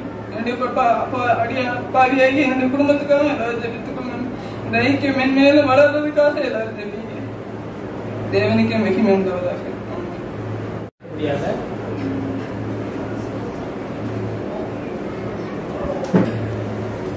நிவர்த்தி கூட்டத்திற்கு இயேசு கிறிஸ்துவின் நாமத்தினால நான் வணக்கங்களை தெரிவித்துக் கொள்கிறேன். நிறைய பேர் அனுஜதியக்காவை பற்றி பேசுனீங்க. அவர்களுடைய குணாதிசயங்கள், அவர்கள் நடந்து கொண்ட முறைகள் எல்லாரும் எனக்கு கேட்கும்போது தான் எந்த அளவு அக்காவுடைய வாழ்க்கையானது அநேகருக்கு ஆசீர்வாதத்தை கொண்டு வந்திருக்குது. அதில் மிகப்பெரிய சந்தோஷம். நான் அக்காவை குறித்து இப்போ நான் எதுவும் சொல்றதுக்கு இல்லை. ஏன்னா நிறைய விஷயங்கள் எல்லாரும் சொல்லிட்டீங்க. ஒரே ஒரு வசனத்தை மட்டும் நான் வாசித்து சொல்லிட்டு நினைக்கிறேன். 1 தெசலோனிக்கேயர் 4ஆம் அதிகாரம் 13ஆம் வசனத்தில், அன்றியும் சகோதரரே, நித்திரை அடைந்தவர்களின் நிமித்தம் நீங்கள் நம்பிக்கையற்றவர்களான மற்றவர்களைப் போல துக்கித்து அறிவில்லாதிருக்க எனக்கு மனதில்லை. இயேசுவானவர் மரித்து பின்பு எழுந்திருந்தார் என்று விசுவாசிக்கிறோமே. அப்படியே இயேசுக்குள் நித்திரை அடைந்தவர்களையும் தேவன் அவரோடு கூட கொண்டு வருவார். அண்ணனும் அக்காவும் அப்பாவுடைய காலங்களில் பால்சாமி ஐயா சொல்றாங்களே, என்னோட தகப்பனார் அவர் இந்த இடங்கள்ல இந்த ஊழியத்துல உதவியா இருந்து அண்ணன் அக்காவும் அவர்களோடு சேர்ந்து ஊழியத்தில் பயணித்தார்கள். அநேக காரியங்கள் அண்ணன் ஒருவர் மூலமாக அநேகர் வெளிச்சத்துக்குள்ளாக வந்தாங்க. ராஜபாளையத்தில் அநேக குடும்பங்கள் கர்த்தரை அறிந்து கொள்ளும்படியாக அவர்கள் இருந்தாங்க. அது எந்த சந்தேகம் கிடையாது. இப்ப அக்காவுடைய மரணம் அது ஜீரணிக்கவே முடியல. நான் ரொம்ப இந்த லாக்டவுன்ல இந்த ஒரு ஏற்கனவே 2 வருஷமா இந்த பக்கம் வரல. லாக்டவுன்ல கொரோனாங்கிறதுனால நான் அதிகமாக ஆலய பிரகாரங்களில் வரல. 2011 நான் பதவி உயர்வு பெற்று சங்கரம் கோயில் போயிட்டதுனால அப்பையும் அதிகமாக இந்த ப்ரேயர் மீட்டிங்கில் கலந்து கொள்ள முடியாமல் போயிடுச்சு. முந்தைய காலங்களில் தான் நான் அதிகமாக இங்கே இருந்து இவர்களோடு பகிர்ந்து கொண்டேன் எல்லாம். ஆகவே அக்காவுடைய அநேக காரியங்கள் எனக்கு தெரியல. ஆனால் ஒரு விஷயத்தை மாத்திரம், சபையாக நாம் கூடியிருக்கிறோம், உறவினர்களாக கூடியிருக்கிறோம். அக்காவுடைய பலகீனத்தின் மத்தியில அவங்களை கடைசியாக அவர்கள் மறிக்கிற அன்று காலையில நாங்கள் போய் பார்த்துட்டு வந்தப்பையும் எந்த ஒரு அசைவும் இல்லை, மூச்சு மட்டும் இருந்துச்சு. பார்த்துட்டு வந்த பிறகு இங்க கேள்விப்பட்டு வந்த விதமாக அக்கா மறித்து விட்டார்கள் என்று.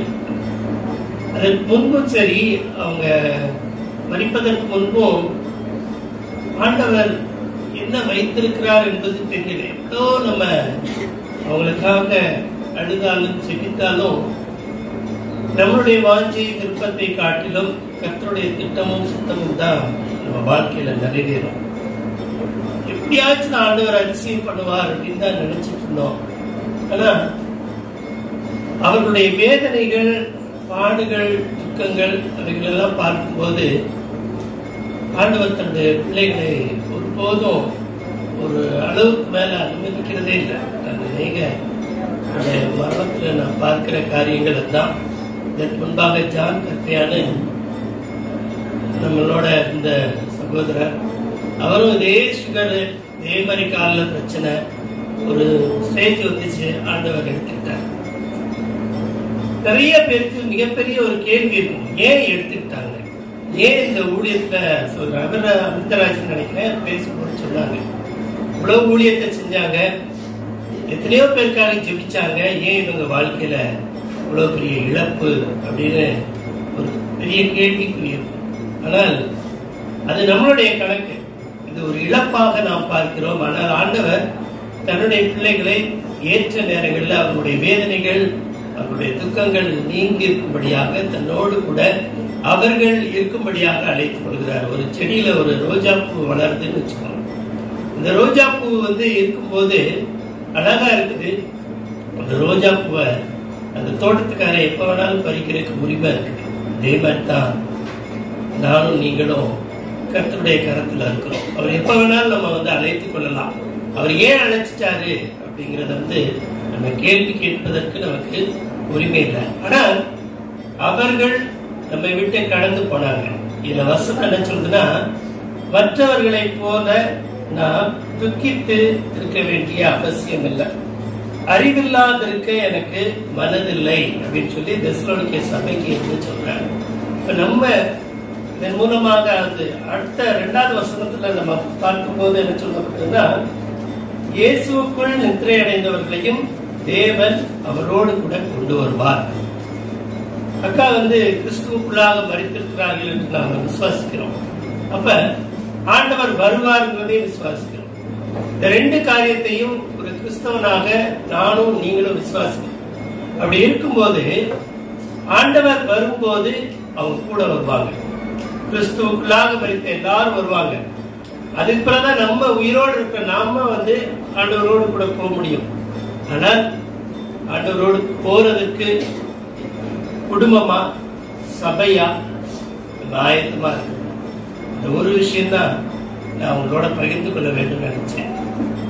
சிலர் சொன்னீங்க, அண்ணனுடைய குடும்பத்துல ஒரு சில காரியங்கள்.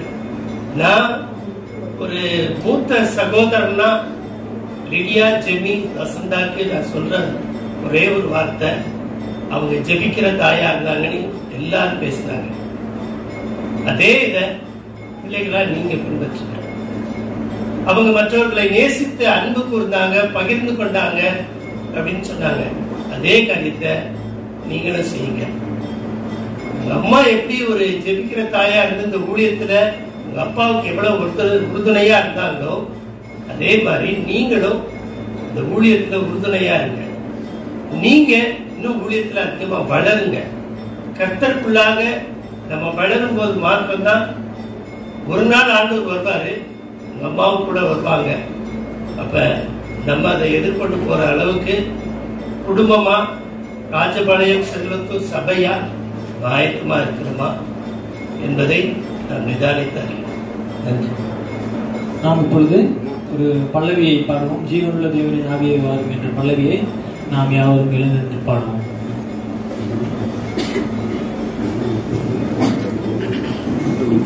பின்பதாக தேவனுடைய வார்த்தையை கேட்க போகிறோம். இந்த பாடலை ஜெபசங்கியோடு கூட நாம் பாடலாம்.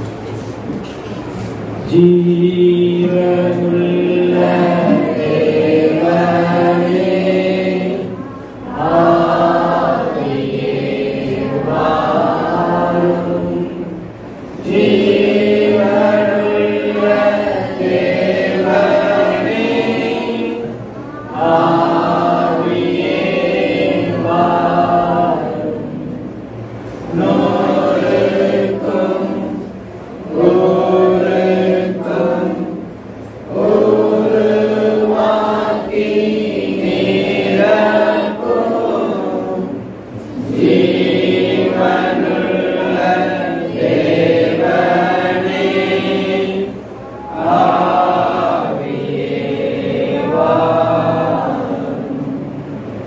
சகோதரி நிமித்தமாக கூடி ஜெபிக்க அவர்கள் ஆண்டவரே முன்மாதிரியையும் சாட்சியையும் அநேகர் மூலமாக கேட்கும்படியாக நீங்கள் கொடுத்த இந்த கிருபைக்காக நன்றி செலுத்துகிறோம். ஆண்டவரே நீர் சொன்னீர் சுவாமி, நீங்கள் எனக்கு சாட்சிகள் என்று சொன்னீங்க. ஒவ்வொரு மனிதனுடைய சாட்சியையும் ஆண்டவரே நீர் எதிர்பார்க்கிறீர் சுவாமி. இந்த பூமியில நாங்கள் எப்படி வாழ்கிறோம், எப்படி எங்களுடைய நடக்கை, எப்படி எங்களுடைய முன்மாதிரி, ஆண்டவரே எங்களுடைய ஜெப ஜீவியம் எல்லாத்தையும் குறித்து நாங்கள் கேட்டோம் சுவாமி. இந்த நேரத்துல எங்கள் ஒவ்வொருவருடைய இருதயத்தையும் நாங்கள் சோதித்து பார்க்கும்படியான ஒரு நேரத்துக்கு வந்திருக்கிறோம்.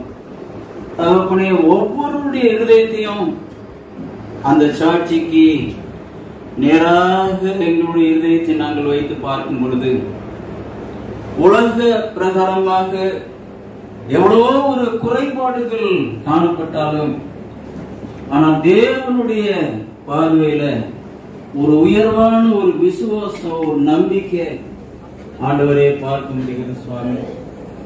இந்த நேரத்தை கர்த்தாவே நீங்க ஆசீர்வதித்தாங்க ஆண்டவரே. இந்த கொஞ்ச நேரம் உம்முடைய பரிசுத்த பர்வதத்தில் வாசம் பண்ணுவான். உத்தமனாய் நடந்து நீதியை நடப்பித்து மனதார சத்தியத்தை பேசுகிறவன் தானே. அவன் தன் நாவினால் புறங்கூறாமலும் தன் தோழனுக்கு தீங்கு செய்யாமலும் தன் அயலான் சொல்லப்படும் நிந்தையான பேச்சை எடுக்காமலும் இருக்கிறான். பாத்தீங்களா, இந்த 3 வசனத்துக்குள்ள ஒரு மனிதனுடைய ஆள் தத்துவம் அடங்கி இருக்கு. பிரியமானவர்களே, யார் உம்முடைய கூடாரத்தில் தங்க முடியும்? யார் உம்முடைய பரிசுத்த பர்வதத்தில் வாசம் செய்ய முடியும்? இப்போது நாம் அருமையான சாட்சிகளை கேட்டோம். இந்த உலகத்துல எத்தனை கோடி பணம் இருந்தாலும், எவ்வளவு ஞான அறிவு இருந்தாலும் அது பரலோகத்துக்கு நம்மளை கொண்டு செல்லாது. இந்த பூமியில நாம் பட்ட பாடுகள், வேதனைகள், கஷ்டங்கள், அது தேவனுக்காக நாம் எவ்வாறு நிற்கிறோம் என்று நாம் எண்ணி பார்க்கும் பொழுது அவருக்கு நாம் செய்யக்கூடிய காரியங்கள், நாம் சாட்சி, அது தேவதூதர்கள் மத்தியில அந்த சாட்சிகள் அறிவிக்கப்படுகிறது. உண்மையிலேயே இந்த சாட்சிகளை கேட்கும் பொழுது நம்மளுடைய உள்ளமானது ஒரு விசை புதுப்பிக்கப்படுகிறது. பிரியமானவர்களே, எவ்வளவு ஆண்டவருடைய அந்த அருமையான இந்த சாட்சிகள் மூலமாக பிரியமா நம்மளுடைய வாழ்க்கையிலும் கூட அப்பேற்பட்ட ஒரு சாட்சியை கொண்டிருப்போம். இங்க ஒரு சில வசனத்துல நம்ம வாசிப்போம். 2 ராஜாக்கள் 2ஆம் அதிகாரம் 1 யாராவது கொஞ்சம் சத்தமா வாசிங்க. கர்த்தர் ஏலியாவை சுழல் காற்றிலே பரலோகத்திற்கு எடுத்துக்கொள்ள போகிற போது அவனுக்கு எதிர்கொண்டு போய் கரை மட்டும் குனிந்து. எலியாவை குறித்து எலிசாவை குறித்து நாம் இந்த வேத வசனங்களில் நாம் வாசிக்கிறோம். எலியாவுக்கு ஒரு பணிவிடைக்காரனாக எலியாவோடு எலிசா வந்தார். ஆனாலும் அவருடைய ஊழியங்கள் முடிவு பெற போகும்போது எலியா ஆண்டவரிடத்தில் போகிறார். அப்பொழுது எலிசாவிடம் எலியா கேட்கிறார், தேவனிடத்தில் நான் போகிறேன், உனக்கு என்ன வேண்டும் என்று எலியா எலிசாவிடம் கேட்டபோது எலிசா, எனக்கு உம்முடைய ஆவியின் வரங்களை எனக்கு இரட்டிப்பாக தார். பிரியமானவர்களே, வேறு எதையும் அவர் கேட்கல. நீங்க செய்த அந்த ஊழியம், நீங்க பிரயாசப்பட்ட அந்த ஊழியம் நான் இரட்டிப்பா செய்யணும். பிரியமானவர்களே, அது அந்த வாஞ்ச அந்த தாகம் தேவனுக்கு பிரியமா இருந்ததுனால அவர் சொன்ன வார்த்தையை பாருங்க, நான் எடுத்துக்கொள்ளப்படும் போது என்னை நீ கண்டால் அந்த வரம் உனக்கு கிடைக்கும். இன்னைக்கு நம்ம மத்தியில அந்த கேள்வியை வைப்போமானா நம்மளுக்கு தூக்கம் வருமா? பிரியமானவர்களே, ஐயோ அவர் எப்போ எடுத்துக்கொள்ளப்படுவார், அவரை நான் பார்த்து கொண்டே இருப்பேன் என்று அந்த ஒரு உணர்வு, அந்த ஒரு தாகம், அந்த ஒரு ஏக்கம் எலிசாவு இருந்தது. அதனால் அவர் எடுத்துக்கொள்ளப்படும் போது ஐயோ என்று அவர் கதறுகிறதை பார்க்கிறோம். பிரியமானவர்களே, அந்த கிழிஞ்ச சால்வை கீழே விழுந்தவுடன் அதை எடுத்து அவர் இங்கிருந்து போகும்போது அந்த சால்வையை அடித்ததனால் அந்த தண்ணீர் இரண்டாக பிரிந்து நம்ம செங்கடலை கடந்து போவது போல இவர்கள் அந்த தண்ணீரை கடந்து போறார்கள். ஆனால் மறுபடியும் அந்த கிழிந்த சால்வையை அவர் அந்த அடித்த போது மறுபடியும் அவர் இக்கரைப்படுகிறார். பிரியமானவர்களே, விடாதபடிக்கு அவர் அந்த எலியாவை அவர் பின்தொடர்ந்து அவர் எப்படி உழைத்தார், எப்படி ஜெபித்தார், எப்படி அவர் சென்றார் என்ற அந்த வழிகளை விடாதபடிக்கு கண்ணோக்கி போனதுனால அந்த கடைசியில் அந்த இரட்டிப்பான வரம் எலிசாவுக்கு கிடைத்தது. பிரியமானவர்களே, எலியா செய்த ஊழியத்தை காட்டிலும் எலியா செய்த ஊழியங்களை நீங்கள் பார்த்தீர்களா? உண்மையிலேயே அந்த இரட்டிப்பான ஒரு ஊழியத்தை அவர் செய்தார். பிரியமானவர்களே, எங்கும் கூட நமக்கு இன்றைக்கு நாம் கற்றுக்கொள்ளக்கூடிய பாடம் அதுதான். சகோதரி சொன்ன சாட்சிகளை எவ்வளவோ கேட்டோம். ஆத்மா பாரம், ஆத்மாக்களுக்காக சரீர பிரகாரமான சேவை, எத்தனையோ விதமாக அவர்கள் ஊழியத்தை செய்தார்கள். ஆனால் இன்றைக்கு அவர்கள் ஆண்டவரிடத்தில் சென்று விட்டார்கள். ஆனால் இந்த ஊழியத்தை குறித்து அநேக விதமாக பேசலாம். அவ்வளவுதான், இந்த ஊழியம் அவ்வளவுதான். இன்றைக்கு இந்த வீட்டில் ஒரு துக்ககரமான காரியம் நிகழ்ந்து விட்டது என்று அநேக விதமாக பேசினாலும் அந்த எலிசாவை குறித்து சொன்னார்கள், உன் ஆண்டவன் உன்னை விட்டு இந்த நாள் எடுக்க போறார், உனக்கு தெரியுமா? எனக்கு தெரியும், சும்மா இருங்கள். பாருங்க, ஓயாம அவரை கேள்வி கேட்க அவருக்கு ஒரு வகையான ஒரு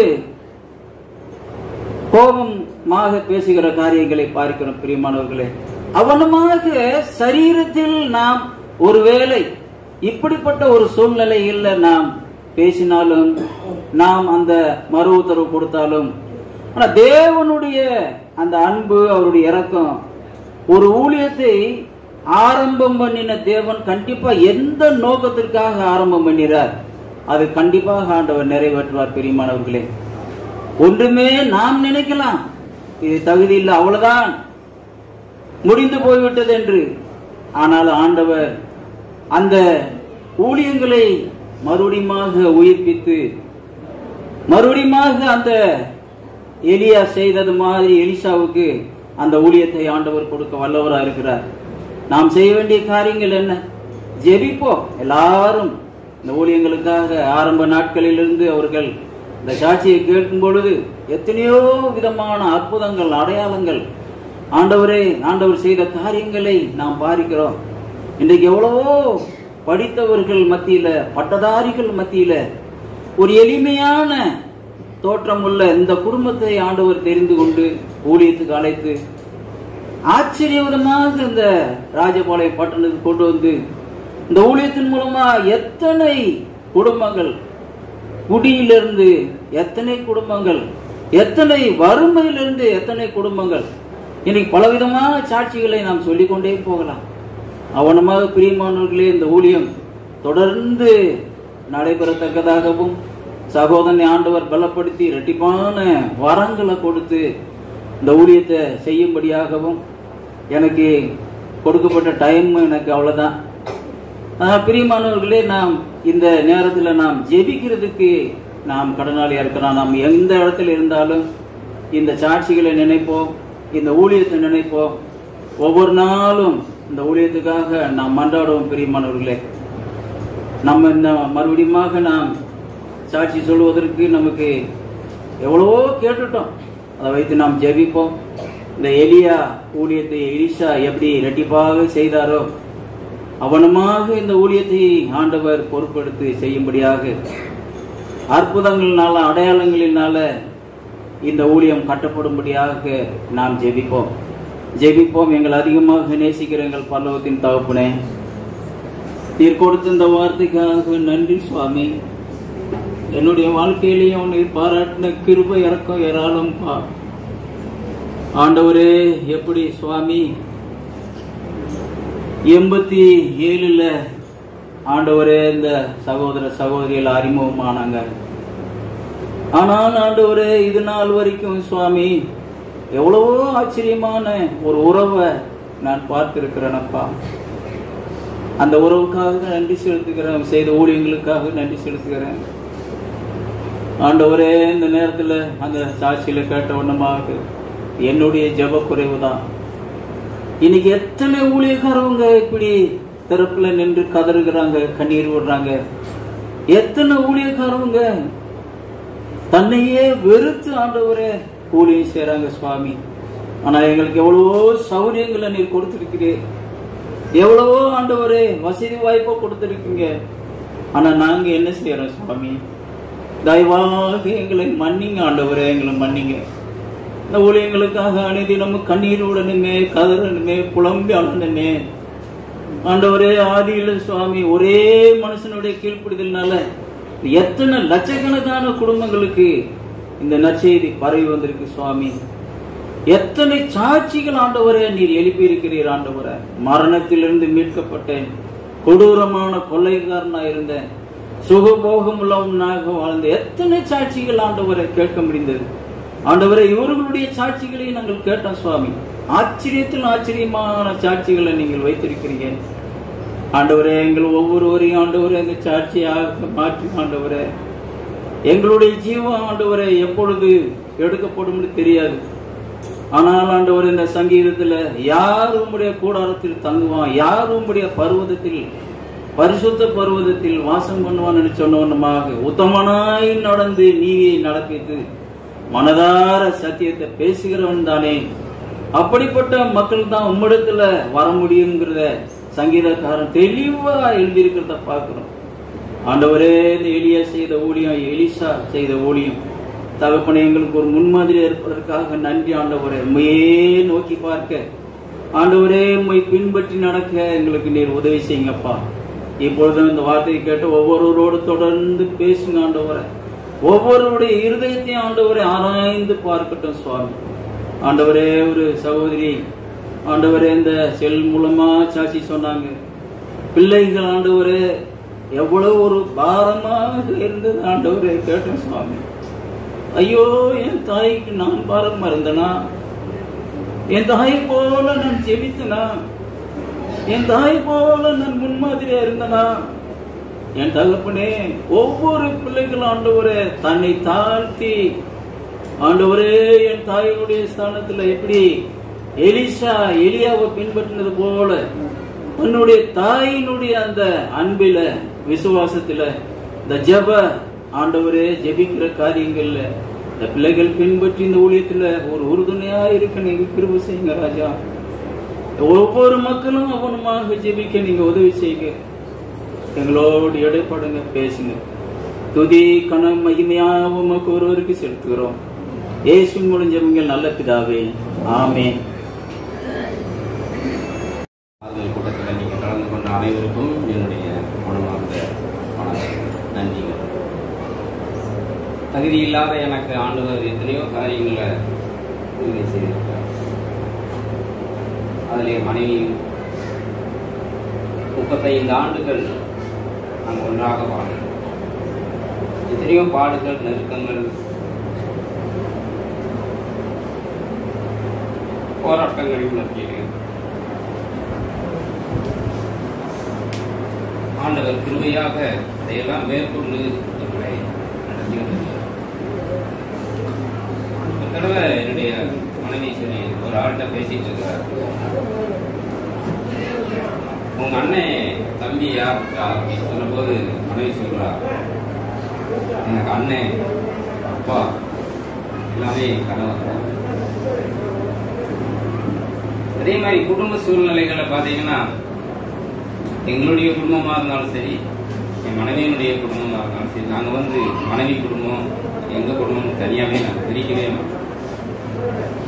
எல்லாரையும் ஒண்ணு போல பார்க்கக்கூடிய, நேசிக்கக்கூடிய அந்த ஒரு இறுதியை என் மனைவி எந்த ஒரு பிரிவினையும் அவ பிரிச்சு பார்க்க மாட்டா. இவங்களுக்குன்னு ஒண்ணு அவங்களுக்குன்னு ஒண்ணு செய்யவே மாட்டான். அது ஆரம்பத்திலிருந்து அவ கற்றுக்கொண்ட ஒரு நல்ல ஒரு. அதே போல ஊழியங்கள்ல எத்தனையோ போராட்டங்கள், சோர்வுகள் எனக்கு வரும்போதெல்லாம் சொல்றதெல்லாம் ஒண்ணுதான், ஆண்டவரை மாத்திரம் நோக்கி பார்க்கணும். நீங்க பிரசங்கிக்கிற தேவன் உண்மையுள்ளவர், அவர் இன்றைக்கும் ஜீவிக்கிறார். மற்றவங்களை ஏன் நம்ம பார்க்கணும்? ஆண்டவர் ஒருவர் தான் நம்மளை நியாயம் தீர்க்கிறார். அவருக்கு முன்பாக மட்டும் நம்ம சரியா இருக்கணும். அது சொல்லுவோம் அடிக்கடி. எத்தனையோ பலகீனங்கள் எனக்கு ஏற்படும் போதெல்லாம் ஒரு பலமுள்ளவர்களாக எனக்கு ஒரு ஆலோசனை சொல்லுவாங்க. பெருமைக்காக, கடமைக்காக இதெல்லாம் நான் சொல்லுவேன். எத்தனையோ போராட்டங்கள், பிரச்சனைகளின் மத்தியில எனக்கு அவ்வளவு ஆறுதலாக தேவனுடைய வார்த்தையின் மூலம் என்னை பலப்படுத்துகிறவர்களாக வேண்டாத ஆலோசனைகளோ வேண்டாத காரியங்களோ அவரிடத்துல இருந்து நான் எப்பயும் எதிர்பார்த்தது அவர் பேச மாட்டார். ஆகவேதான் இப்படிப்பட்ட ஒரு மனைவியை தேவன் எனக்கு கொடுத்திருக்கிறார். ஆண்டவரை அறியாததுக்கு முன்னால எப்படி இருந்திருந்தாலும் என் மீது கிருபை வைத்த என் தேவன் என்னை நேசித்து எனக்கு அவ்வளவு ஒரு அழகான மனைவியை என் வாழ்க்கையில கொடுத்தார். 35 ஆண்டு காலமாக இந்த ஊழியத்திலும் சரி, குடும்ப சூழ்நிலைகளிலும் சரி, எல்லா காரியத்தையும் நான் அதை மேற்கொள்வதற்கு தேவன் எனக்கு கொடுத்த ஒரு துணையாகவே என் மனைவியை தான். இன்னைக்கு அவங்களை குறித்து எத்தனையோ பேர் சாட்சி சொல்றீங்க, கேட்கறதுக்கு சந்தோஷமா இருக்கு. இந்த மாதிரி பிள்ளைகளுக்காகவும் நீங்க தயவு செய்து ஜெபித்துக் கொள்ளுங்க. பிள்ளைகளுக்காக இன்னும் இந்த ஊழியத்துக்காக ஜெபித்துக் கொள்ளுங்க. ஆண்டவர் எங்க மேல என்ன திட்ட நோக்கம் வச்சு இந்த இடத்துல கொண்டு வந்து இந்த இடத்தை கொடுத்து ஆண்டவருடைய பிள்ளைகளை இந்த இடத்துல கொண்டு வந்து ஆத்மாக்களை தந்து இம்மட்டாக இந்த காரியத்தை எல்லாம் செய்தார். அந்த திட்டங்கள், நோக்கங்கள் எங்களுடைய வாழ்க்கையில நிறைவேற்றப்படும். எங்களுடைய ஓட்டத்தை சரியானபடி நாங்கள் ஓடி முடிப்பதற்கு தயவு செய்து எங்களுக்காக ஜெபிக்கிறோம். இந்த நாள்ல மனைவி வாழ்க்கையில படுத்த நாட்கள்ல மற்ற எத்தனையோ வேலைகள்லையும் கூட எங்களுக்காக ஜெபித்து எங்களுக்கு உதவி செய்து எங்களை ஆறுதல் படுத்தி எங்களுக்கு ஆலோசனை சொல்லி அடிக்கடி விசாரித்து எங்களுக்காக ஜெபித்த ஒவ்வொரு பிள்ளைகளுக்காகவும் உங்களுக்கு நான் நன்றி செலுத்துகிறேன். மனைவி சொல்வார், இது நிமித்தமாவது சில மனஸ்தாபங்கள் கூட எங்களை நம்மளை பார்க்கறது எவ்வளவு சந்தோஷமா இருக்கும்.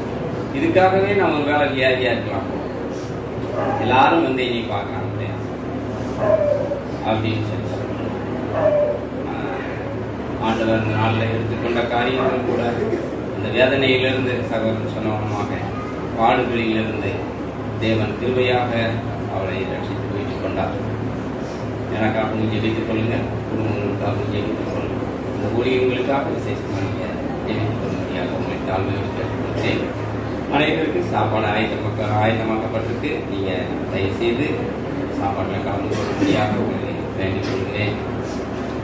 தூரமாக போகிறவங்க அல்லது அவசரமாக போகிறவங்களுக்கு நீங்கள் கொஞ்சம் இடம் கொடுத்து அவங்கள அனுப்பி விட்டு கொஞ்சம் எல்லாவற்றையுமே சமாதானத்தோடு காரியங்களை செய்யும்படியாக உங்கள்கிட்ட வேண்டிக்கிறேன்.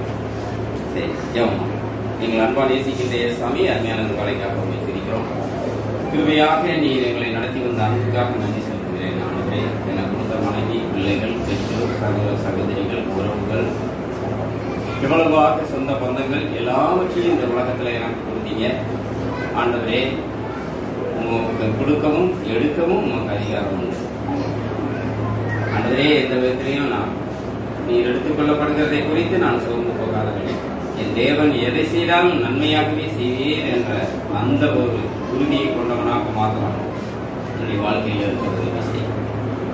எனக்கு அழகான சகவாசத்தை கொடுத்திருக்கீங்க. அருமையான ஊழியர்களையும் விசுவாச குடும்பங்களையும் எனக்காக ஜெபிக்கக்கூடிய, எங்களுக்காக ஜெபிக்கக்கூடிய அருமையான பிள்ளைகளையும் நீங்கள் தந்து இந்த உலகத்தில் ஒவ்வொரு நாளும் என்னை பராமரித்து பாதுகாத்து போஷித்து எங்களை தாங்கி தூக்கி சுமந்து எங்களுடைய எல்லா காரியங்களின் மத்தியிலையும் திருவையாக நடத்தி வந்த அன்புக்காக நன்றி.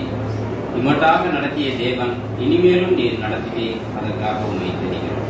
தொடர்ந்து என்னோட எங்களோடு கூட வழி நடத்தும் ஒவ்வொரு பிள்ளைகளும் தங்களுடைய வாழ்க்கையில உம்முடைய நாம மகிமைக்கின்ற சாட்சிகளாக குடும்பமாக நிற்க உதவி செய்யும். தொடர்ந்து காணும். இயேசு ரட்சகர் நாமத்தினால ஜெபங்கள் பிதாவே. ஆமென். பிதா, குமாரன், பரிசுத்த ஆவியினுடைய அன்பும் ஐக்கியமும் கிருபையும் எப்போதும் நம்மோடு கூட இருப்பதாக. ஆமென்.